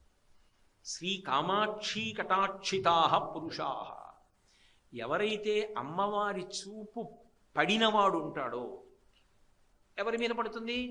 ఎవడు ఆ భక్తితో ఉన్నాడో వాడి వంక చూస్తుంది ఆవిడ. ఆవిడ చూసిందనుకోండి ఒక్కసారి, వాడు ఏమవుతాడంటేట విపినం భవనం, అరణ్యము భవనము ఒకటే వాడికి. అంటే భవనము సంసారమునకు సంకేతము, వైరాగ్యమునకు అరణ్యము సంకేతము. ఇక్కడున్నా అక్కడున్నా ఒక్కలాగే ఉంటాడు. తావరాకు మీద నీటి బొట్టు. నిజానికి ఏదో సంసారంలో ఉన్నాడని ఆయనేం సంసారిగాడు. ఆయన అక్కడున్నా ఇక్కడున్నా ఒకటే, అలాగే ఉంటాడు. విపినం భవనం అమిత్రమిత్రం. ఆయనకి మిత్రుడు శత్రువు అని ఇద్దరు ఉండరు. ఆయన యందు శత్రుభావన పెట్టుకున్న వాళ్ళు ఉంటారేమో, ఆయన శత్రుభావన పెట్టుకుని ఉండడు. అమిత్రమిత్రం లోష్టంచ యువతి బింబోష్టం. ఓ రాతి బెడ్డకి యువతి యొక్క అధరానికి ఆయనకి భేదమేమీ కనపడదు, రెండూ ఒకటే. ఇది ఎవరి భావనలు? ఈ సమత్వం ఎక్కడ ఉంటుంది? శివుడి దగ్గర ఉంటుంది. వృషద్విచిత్రతల్పయో భుజంగముక్తికస్రజో గరిష్టరత్నలుష్టయో సుహృద్విపక్షభక్షయో తృణారవింద చక్షుషో ప్రజామహీ మహేంద్రయో సమప్రవర్తయన్ మనః కదా సదాశివం భజే. శివుడిగా చేసేస్తుంది. ఎలా? ఒక్క చూపుతో. ఆవిడ కానీ ఒక్కసారి చూసిందనుకోండి అంతే. శ్రీ కామాక్షి కటాక్షితాహ పురుషాహ. ఆవిడేదో ప్రయత్నపూర్వకంగా ఇలా పెట్టి వెతికి వెతికి చూడక్కర్లేదుట, ఓసారి ఇలా అంటే చాలు, అంతే. అంత శక్తి వస్తుంది. అసలు అలా ఆవిడ చూసిందో ఆ శక్తిని లెక్క కట్టడం ఎవరికి సాధ్యం కాదు కూడా. అందుకే సౌందర్యలహరిలో ఆ చూపు గురించి ఇంకో శ్లోకం చెప్పారు ఆయన. తను పౌష్పం మౌర్వీ మధుకరమయీ పంచవిశిఖ వసంతు సామంతో మలయమరుదాయోధనరద తదాప్యేకసర్వం కిమపి కృపయా హిమగిరిసుతే కామపి కృపాం అపాంగత్తే లబ్ధ్వా జగదిదమనంగూ విజయతే అన్నారు. ఆ తల్లి మన్మధుణ్ణి ఒక్కసారి ఇలా చూసింది ప్రేమతో. ఎందుకు చూసింది అంటే రతీదేవి బాధపడింది. ఆ మన్మధుడు కాలిపోయాడు శివుడి యొక్క 3వ కంటి మంటకి. అది రతీదేవి మీదున్న ప్రేమతో ఒక్కసారి మన్మధుని యొక్క బూది కుప్ప వంక ఇలా చూసింది. మరి వాళ్ళ ఆయన కాలి చేసి ఆవిడ శరీరం ఇచ్చేస్తే బాగుంటుందా? అందుకని ఇవ్వలేదు. అనంగో శరీరం ఇవ్వలేదు. కానీ నీకు కనపడతాళ్లే మీ ఆయన బతుకుంటాడది చాలుగా. రతీదేవి కనపడితే చాలు, శరీరం లేదు. ధను పౌష్పం, ఆయనకి చేతిలో పట్టుకున్న ధనస్సేమో పువ్వులతో చేసింది. మధుకరమయీ, వెనకాతల వింటినారి తుమ్మెదలతో చేసింది. ఎక్కడైనా ముందు పువ్వులుండి వెనకాతల తుమ్మెదలన్నింటినీ ఓ వరుసక్రమంలో నించోడంటే నించుంటాయా? అవి వెళ్ళిపోవు, పువ్వుల మీద పడిపోవు. ఒకవేళ ఏదో నించున్నాయనుకోండి, బాణం ప్రయోగించేటప్పుడు ఎంత స్థితిస్థాపక శక్తి ఉన్న వింటినారిని ఆకర్ణాంతం లాగి వదిలిపెడతారో అంత బాగా పెడుతుంది. ఆ లాగి వదిలిపెట్టడం ప్రావీణ్యం. మండిత విస్ఫులింగ విషమజ్వలితానల కీలలు అబ్జ గర్భాండము నిండ రామ వసుధాదిపుడేశుడు వజ్రసాధనా ఖండిత పంక్తి కంట కణకంఠ పురాంతక శైలచాలనోద్దండ బలప్రచండ పురదండ విఖండన చండకాండముల్ అంటాడు భాస్కర రామాయణంలో. అలా ఆ బాణములను ఆకర్ణాంతం వింటినారికి లాగి వదిలిపెడతాడు రాముడు. మన్మధుడి యొక్క ధనస్సుకి ఉన్నది పువ్వులతో చేసిన ధనస్సు, వెనక తుమ్మెదలతో వింటినారి. దానికి బాణం పెట్టి లాగితే 2 తుమ్మెదల మధ్య నుంచి బయటకు వస్తుంది. ఎలా లాగుతారు? ఆ ధనస్సు పనికిరాదు. మధుకరమయీ పంచవిశిఖ, 5 పువ్వుల బాణాలు. వసంతు సామంతో, చైత్ర వైశాఖ మాసాల్లో మాత్రమే ఉంటుంది వసంత ఋతువు. అటువంటి వాడు స్నేహితుడు. మలయమరుదాయోధనరథ, మలయ పర్వతం నుంచి వచ్చేటటువంటి గంధపు చెట్ల మీద గాలి ఆయనకి రథం. అది మనం చెప్పిన చోట ఉండదు. చూడండి, ఎక్కడో పెద్దగా పాటలు వేశారనుకోండి, గాలికి వస్తే ఇటు వస్తుంది, లేదా అటు పోతుంది. మనకి ఇష్టమైన పాట అనుకోండి, పల్లవి వినపడుతుంది, చరణం వినపడదు, అది ఎటు పోతుంది గాలికి. మళ్ళీ గాలి వస్తే ఇటు వస్తుంది, అంతే. అలా మలయమరుదాయోధనరథ, శత్రువు ఇటుంటే రథం అటుపోతుంది. ఇంకేమి యుద్ధం చేస్తాడు ఆయన? పోని బాణాలంటే 5 పువ్వుల బాణాలు. వసంతు సామంతో మలయమరుదాయోధనరథ తథాప్యేకసర్వం హిమగిరిసుతే కామపి కృపాం. అయితేనే బాబోయ్, ఈ సంసారం మేము పడలేకపోతున్నామని విడిచిపెట్టి వైరాగ్యంతో గొప్ప తపస్సు చేసి పరమేశ్వరుని యొక్క పాదార వింద దర్శనం చెయ్యాలని ముక్కు మూసుకొని తపస్సు చేసుకోవడానికి హిమాలయ పర్వతానికి వెళ్ళి కూర్చున్నటువంటి యోగి మీద కూడా మన్మధుడి యొక్క బాణం పడింది అంటే తపస్సు భ్రష్టం అయిపోతుంది. ఇంత శక్తి వచ్చిందా లేదా? మన్మధుడికి ఇంత పెద్ద సృష్టి చక్రం తిప్పేస్తున్నాడా లేదా? ఎక్కడి నుంచి వచ్చిందమ్మా? ఒక్కటి పనికొచ్చే సాధనం లేదు అంటే అపాంగత్తే లబ్ధ్వా. ఆ తల్లోసారి ఇలా చూసిందంటే పొట్టి చూపు. నిన్న చెప్పానుగా, మహాత్మ్యసేవధిరసౌ తవ దుర్విలంఘ్య సంసార వింధ్యగిరికుంఠన కేళిచుంచు ధైర్యాంబుధిం పశుపతేశ్చులకీకరోతి కామాక్షి వీక్షణ విజృంభణ కుంభజన్మ అంటారు మూకశంకరుడు. ఆవిడ యొక్క కటాక్షం, కడగంటి చూపు ఇలా చూసిందా చాలు. ఏదో ప్రయత్నపూర్వకంగా ఇలా అడ్డుపెట్టి వితుక్కు ఆవిడ చూడక్కర్లా. కాబట్టి అమ్మా, శ్రీ కామాక్షి కటాక్షితాః పురుషాః విపినం భవనం అమిత్రమిత్రం లోష్టంచ యువతి బింబోష్టం శివ శివ పశ్యంతి సమం. శివ శివ, ఎంత ఆశ్చర్యం! అన్నీ సమానంగానే ఉన్నాయి వాడికి. ఇది చూసి పొంగిపోవడం, అది చూసి కృంగిపోవడం వాడికి లేవు. ఒక్కసారి ఆవిడ చూస్తే ఆ శక్తి వచ్చేస్తుంది. అంటే ఆమె కన్నుల యొక్క ఈక్షణ శక్తి అంత గొప్పది. ఒకసారి ఆవిడ చూపు పడింది, ఆవిడ ఏమి ఇవ్వలేదు, ఇంకా కామకోటి. ఆవిడ ఏమైనా ఇవ్వగలదు. కోరికలకి హద్దు, నీకేం కావాలి చెప్పంటాడు. అంత గొప్ప తల్లి. అసలు అడగక్కర్లేదు, అడగక్కర్లేకుండా అనుగ్రహించేస్తుంది. చంద్రశేఖరేంద్ర సరస్వతి మహాస్వామి వారంటే 68వ పీఠాధిపత్యంలోకి వచ్చినటువంటి నడిచే దేవుడిని పేరుగాంచిన వారే కాదు, అంతకు ముందు కూడా ఉన్నాయి ఆ పేర్లతో. 66వ పీఠాధిపతులు అనుకుంటే ఆయనకు కూడా ఉంది ఆ పేరు. ఆయన మీదకి ఒకసారి ప్రతిపక్షం వాళ్ళు వాదన చేయడానికి వచ్చారు. ఆయన అన్నారు, పీఠానికి వెళ్ళి భోజనం చేసి రండి వాదిద్దరు కానీ ముందు అన్నం తినండి అన్నారు. వాళ్ళు అన్నం తిని వచ్చేసి కూర్చున్నారు. వాదన మొదలు పెడదామా అన్నారు. మొదలు పెట్టండి అన్నారు. మొదలు పెట్టండి, మీరు ఏమంటారో ముందు మొదలు పెట్టండి అన్నారు. వాళ్ళు ఏదో మొదలు పెడదాం అనుకున్నారు. వాళ్ళకి ఏమీ వాళ్ళకి అసలు ఒక్క ఆలోచన రావట్లేదు. వాళ్ళు చూశారు, ఆయన ఒళ్ళో ఓ పిల్ల కూర్చుంది. కన్యాపూజన సుప్రసన్న హృదయాం కాంచీల సన్మధ్యమాం. ఆవిడ ఎప్పుడెప్పుడు అనుగ్రహించాలనుకుంటే అప్పుడప్పుడు చిన్నపిల్ల రూపంలో వస్తుంది, కన్యకామణి రూపంలో. పట్టుకోవడం నీ వంతు ఉపాసన. పట్టుకోలేక వదిలేసుకుంటే వదిలేసుకున్నావు. వస్తుంది భ్రమరాంబ అని శంకరాచార్యులు వారు చెప్తుంటే నువ్వు వెతుక్కోవద్దు, పని చేసేటప్పుడు అక్కడ ఉందా లేదా వెతుక్కోవద్దు జాగ్రత్తగా. కాబట్టి ఆ తల్లి ఆయన ఒళ్ళో కూర్చునుంది, కూర్చుని నవ్వుతోంది. ఆ నవ్వుల యొక్క కాంతులలో ఆ ప్రతిపక్షం వాళ్ళకి, మాట్లాడదాం అనుకున్న వాళ్ళకి ఏమీ గుర్తు రావట్లేదు. మాట్లాడండి అన్నారు స్వామివారు. వాళ్ళు అన్నారు, మీ ఒళ్ళో పిల్లని దింపేయండి అన్నారు. అంటే ఆయన అన్నారు, నేను సన్యాసిని, నా ఒళ్ళో పిల్ల ఎందుకు ఉంటుంది అన్నారు. కాదు, మీ ఒళ్ళో ఏదో పిల్ల ఉంది, ఆ పిల్ల నవ్వుతోంది, మాకేం గుర్తు రావట్లేదు అన్నారు. మీకు ఇంకా అర్థం కాలేదా అన్నారు. లేచి నిలబడి సాష్టాంగపడ్డారు. కామాక్షి పరదేవత ఒళ్ళో కూర్చునుంది, మీతో నా వాదన క్షమించండి. ఆ తల్లి ఏమి ఇవ్వలేదు, కామకోటి. ఆమె ఏమైనా ఇవ్వగలదు.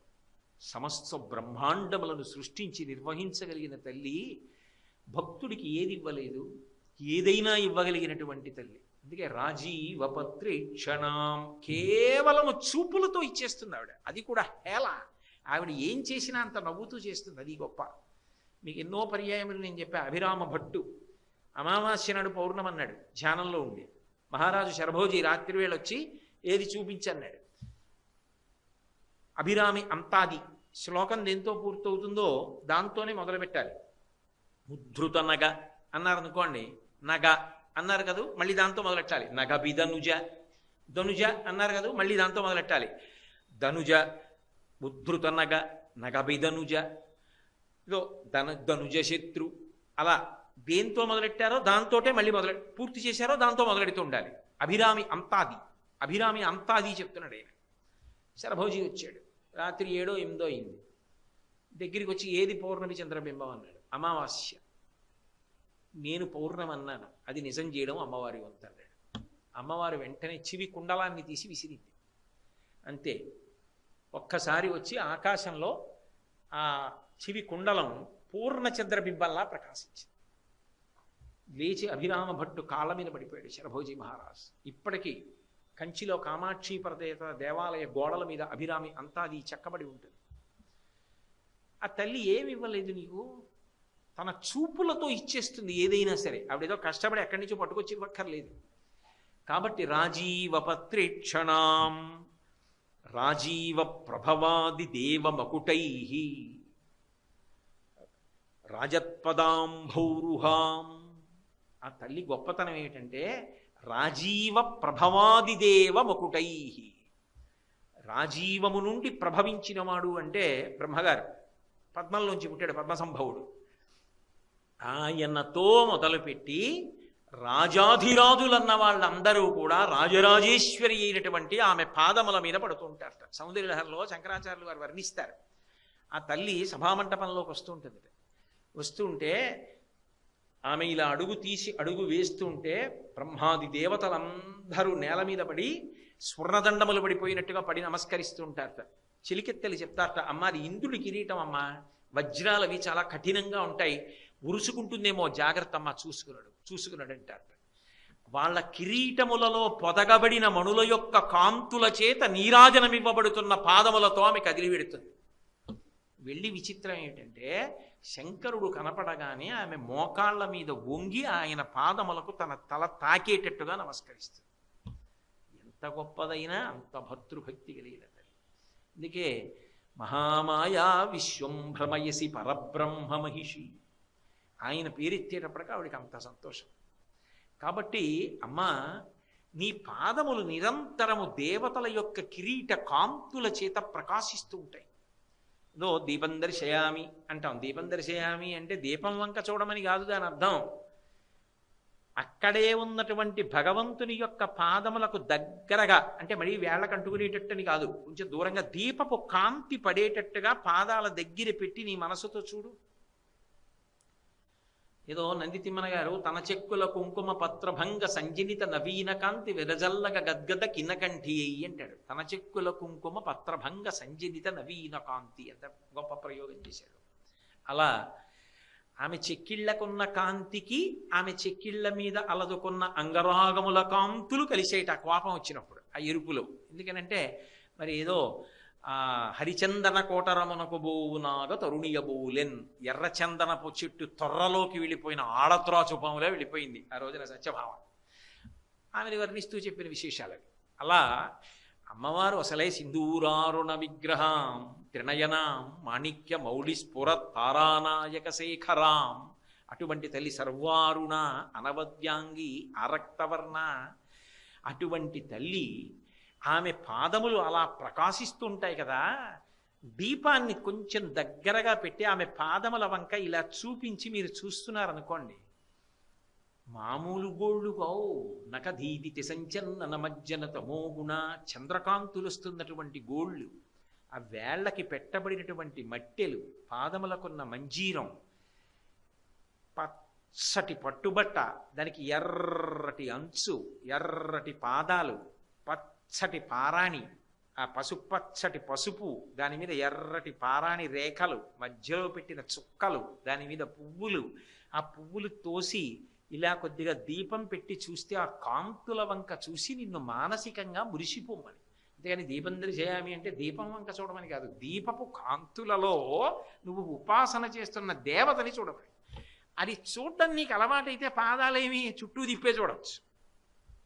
అది అలవాటైందనుకోండి, ఇలా చుట్టూ దీపం తిప్పుతున్నప్పుడు మూర్తి యొక్క అంగ ప్రత్యంగముల యొక్క సౌందర్యాన్ని, తల, కిరీటం, తదినాటి చంద్రరేఖ ఇలా కిందికి తిప్పేటప్పటికీ యువతల చెయ్యి, చేతికి ఉన్నటువంటి బాహుపురి, కేయూరం, గాజులు, చెయ్యి, ఉంగరాలు, ఇంకొంచెం కిందకు వస్తే ఆమె తొడ, ఆ మోకాలు నుంచి ఆ పచ్చటి పట్టుబట్ట, ఆ పాదానికి పక్కనున్న పిక్క, ఆ పాదం, వేళ్ళు, యువతలి పాదం, ఇలా దీపం తిప్పుతున్నప్పుడు ఆమె రూపాన్ని అంతటినీ కూడా నువ్వు ఆ దీపపు కాంతిలో చూడొచ్చు. నేను అన్నది అదే విస్తరణ తంతు. అది దూది ఇలా ఇలా ఇలా ఒత్తిని చిన్నప్పుడు తీసేవారు నాయనమ్మలు, అమ్మమ్మలు. అలా భావధార అలా వెడుతుంది. అందుకే భావనామాత్ర సంతుష్టాయై నమో నమః. నీ భావన ఉంటే చాలా ఆవిడ సంతోషపడుతుంది. అది లేనప్పుడు ఏమి ఇచ్చినా అసహ్యం ఆవిడ. కాబట్టి అంత గొప్ప పాదములు కలిగిన తల్లి అంటే ఇంతమంది యొక్క నమస్కారములు అందుకుంటూ ఉంటుంది. రాజాధీరాజేశ్వరీ.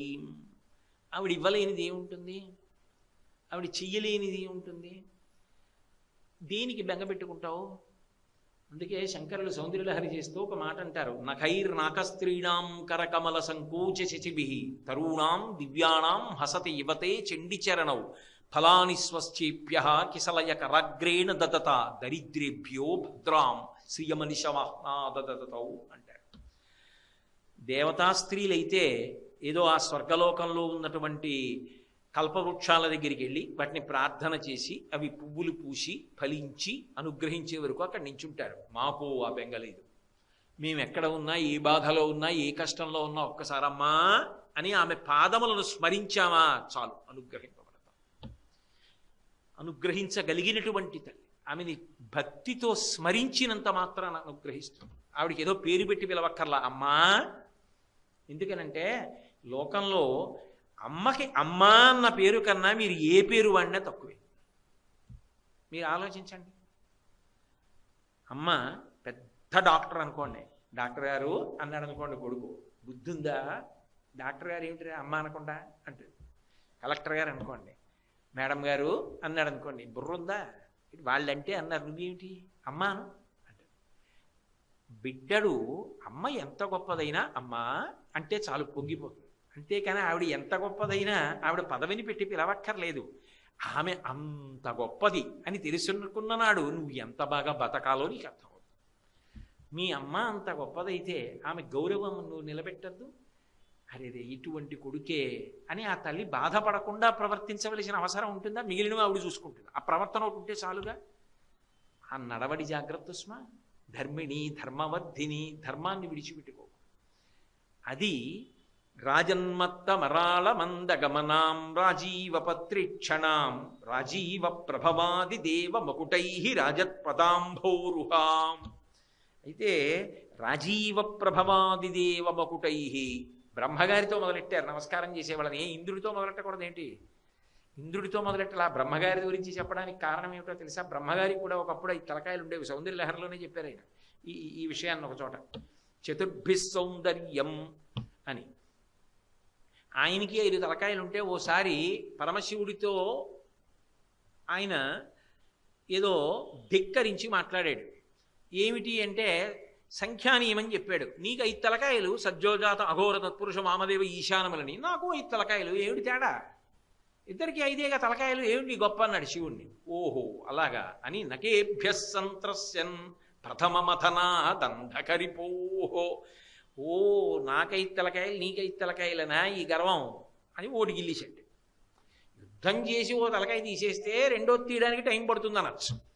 గిల్లి బారేసిన వాడు రెండోది గిల్లేడు. పైగా గిల్లడం అంటూ మొదలెడితే ఓసారి గిల్లి ఊరుకోరు, రెండో మాట గిల్లుతారు. అదో చీకాకైన విషయం.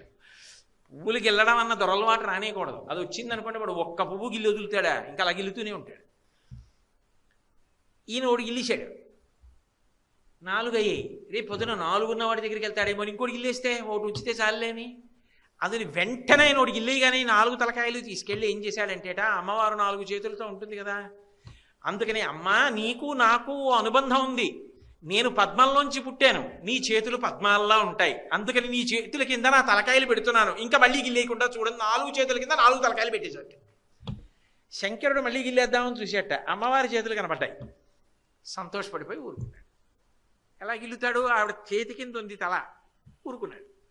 అమ్మా నీ చేతుల కింద తలలు పెట్టబట్టి బ్రహ్మగారికి 4 అయినా మిగిలాయి తలకాయలు. మరి ఆ 4 తలకాయలు మిగిలిన వాడు ఏం చేస్తాడు? రోజు 4 తలకాయలు కిరీటాలు తగి కాంతులు నీ పాదముల మీద పడేటట్టు దొల్లి దండాలు పెడుతుంటాడు. ప్రతిరోజు ఆ దొల్లు నమస్కారాలు పెట్టేవాడు అమ్మవారి దగ్గర ఎవరంటే ముందు బ్రహ్మగారే. ఎందుకంటే మరి ఆవిడ చేతుల కింద పెడితే కదా దక్కే ఆ తలకాయలు, అందుకు కదా. లేకపోతే 5 తలకాయలు ఉన్నవాడు 4 అయినవాడు 4 ఉన్నవాడు 1 అయిపోతాడు కూడా. నకేభ్య సంత్రస్సన్ ప్రథమమథనాదంధకరిపోహ. గిల్లేసిన వాడు గిల్లకుండా కాపాడాడంటే నీ చేతుల వైభవం. అందుకని ముందు సృష్టికర్త బ్రహ్మగారు చేస్తుంటాడు నమస్కారం. సృష్టికర్త అంటే పెద్ద ఆయన. నాకు సృష్టికర్త మా నాన్నగారు. మా నాన్నగారు ఎవరైనా వచ్చినప్పుడు అయ్యా రండి అని గబగబా వంగి మా నాన్నగారు కాళ్ళకి నమస్కారం పెట్టారనుకోండి, నేనేం చేస్తాను? ఆయన పెట్టుకున్నాడు నేను చూపెడతానంటానా? మా నాన్నగారే వంగి నమస్కారం చేశారు అంటే ఆయన ఎవరో మహానుభావుడు, నేను పెట్టాలి. ఆయన ఎవరండి నాన్నగారు, ఎందుకు పెట్టారండి అని అడుగుతానా? నేను వెళ్ళి ముందు పెట్టేస్తాను. సృష్టికర్త అయినటువంటి చతుర్ముఖ బ్రహ్మగారే నీ కాళ్ళ మీద పడి దండం పెడుతున్నాడు అంటే మనందరం కూడా ఏం చేయాలి? పెట్టాలి. అది అనుగ్రహం. పెద్దవాళ్ళు చూపించిన మార్గంలో నువ్వు నడు అని అన్యాపదేశంగా చెప్పడం అంత అనుగ్రహము. ఒక్కసారి అమ్మ అంటే చాలు. ప్రణిపాత ప్రసన్నాహి మైథిలీ జనకాత్మజ రమేషా పరిత్రాతం రక్షస్సో మహతో భయాత్. వాత్సల్యమునకు రాశీభూతం. అమ్మ అంటే చాలు పొంగిపోతుంది. ఈశానాం జగతోస్య వెంకటపతేర్ విష్ణోహ పరాం ప్రేయసీం తద్వక్షత్తల నిత్యమాసరసికాం తక్షాంతి సంవర్ధినీం పద్మాలంకృత పాణిపల్లవయుగాం పద్మాసనస్తాం శ్రియం వాత్సల్యాదిగుణోజ్వలాం భగవతీం వందే జగన్మాతరం. వాత్సల్యస్వరూపిణి. అందుకే వేదాంత దేశికులు దయాశతకము అని అమ్మవారిని దయాస్వరూపిణిగా శతకం చేశారు.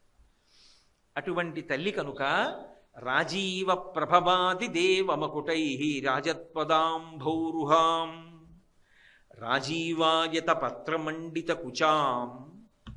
ఆమె యొక్క స్తనముల మీద తామర పువ్వుల యొక్క పెద్ద పెద్ద రేకులు అలంకరింపబడి ఉంటాయి. అది అక్కడ వరకు చాలు, దాని మీద వ్యాఖ్యానం అక్కర్లేదు. రాజాధిరాజేశ్వరీం. ఆ తల్లి రాజాధిరాజేశ్వరి. మహారాజులు, చక్రవర్తులు ఎవరైనా సరే ఆమె అనుగ్రహము చేత మాత్రమే ఆ పదవిని పొందారు. ఆమె అనుగ్రహము కాని పక్కకి వెళ్ళిపోయిందా ఇక నిలబడ్డానికి అవకాశం లేదు.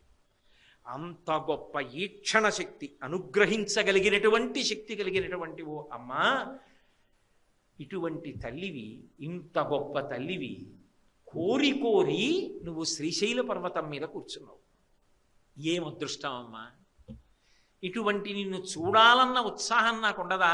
రాజాధిరాజేశ్వరివి కదా. విచిత్రం ఏంటంటే శ్రీశైల క్షేత్రంలోనే రాజరాజేశ్వరుడు అన్న పేరుతో శివుడు ఉన్నాడు. అక్కడ ఉన్న ఉపాలయాల్లో అయ్యవారి ముందు త్రిఫల వృక్షము అని ఉంటుంది, దాని ఎదురుగుండా ఉంటుంది రాజరాజేశ్వర, రాజరాజేశ్వరి ఆవిడ. రాజరాజేశ్వరి అంటే ఎంత గొప్ప చక్రవర్తులు కానివ్వండి, వాళ్ళకి కూడా ఈశ్వరి ఆమెయే. ఆమె ఇవ్వాలనుకుందా, ఎందుకు ఇచ్చావమ్మా వాళ్ళకి అని అడిగే అధికారం ఆవిడికి లేదు. ఒకటి పాపమును తీసేసిందా, ఎలా తీసేసావమ్మా అని అడిగే అధికారం లేదు. ఆవిడ ఇవ్వాలనుకుందా కవనశక్తి, సరస్వతీ స్వరూపంగా అలా ఇచ్చేస్తుంది. ఆవిడే అన్నీ, ఆవిడ కానిది ఉండదు.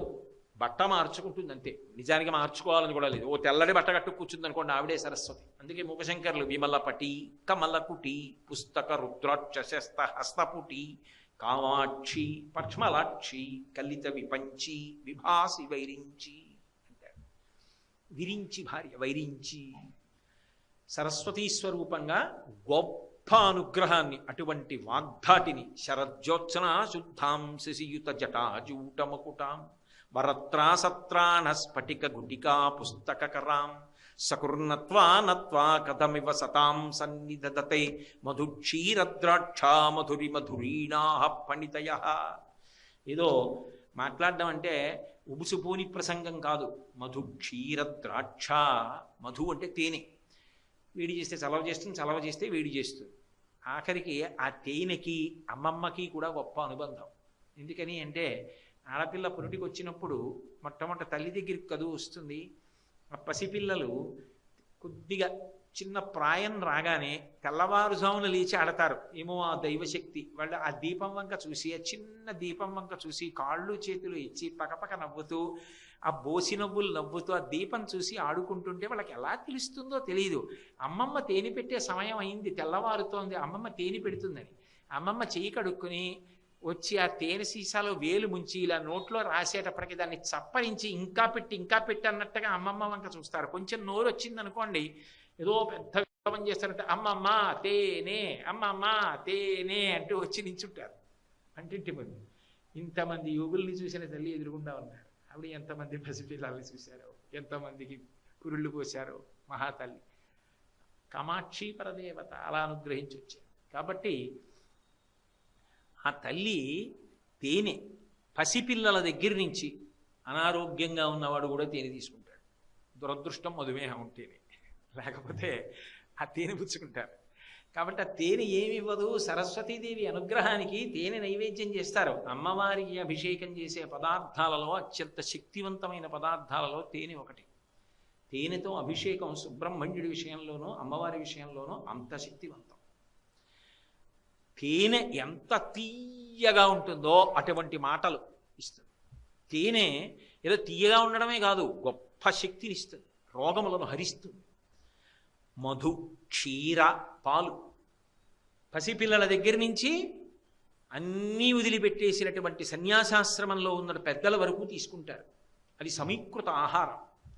అది జంతు శరీరం నుంచి వచ్చిన అపారమైనటువంటి సత్వగుణాన్ని ఇస్తుంది. పాలు ఎంత సమీకృత ఆహారమో అవతలవాడి మాటలు అంత దార్శనికములై నిలబడతాయి. అటువంటి మాటలు చెప్పగలిగిన శక్తిని ఇస్తుంది, అటువంటి ధారణాశక్తిని ఇస్తుంది. ద్రాక్ష, లోకంలో ఒలిచిపెట్టమ్మా తింటాను అనరు ద్రాక్ష పండు ఎవరు. అరటిపండు అయినా ఓపిక లేదమ్మా కొంచెం ఒలిచి తెచ్చిపెడదు అంటారేమో కానీ ద్రాక్ష పండు ఒలిచి తెచ్చిపెట్టమంటారా? అందరూ.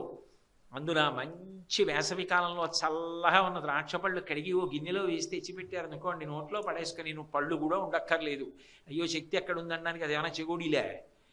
పళ్ళ మధ్య పెట్టి నొక్కినా, పళ్ళు లేకపోతే నాలుక పెట్టి పైదవడకేసి నొక్కినా అవి చిట్లి ఆ తీయటి రసం వచ్చి శరీరాన్ని పోషించినప్పుడు పొందే ఆనందం మధుక్షీర ద్రాక్ష మధురిమధురీణా పణితయ, అటువంటి వాక్కులు ఇస్తుంది శంకర భగవత్పాదుల వాక్కులు.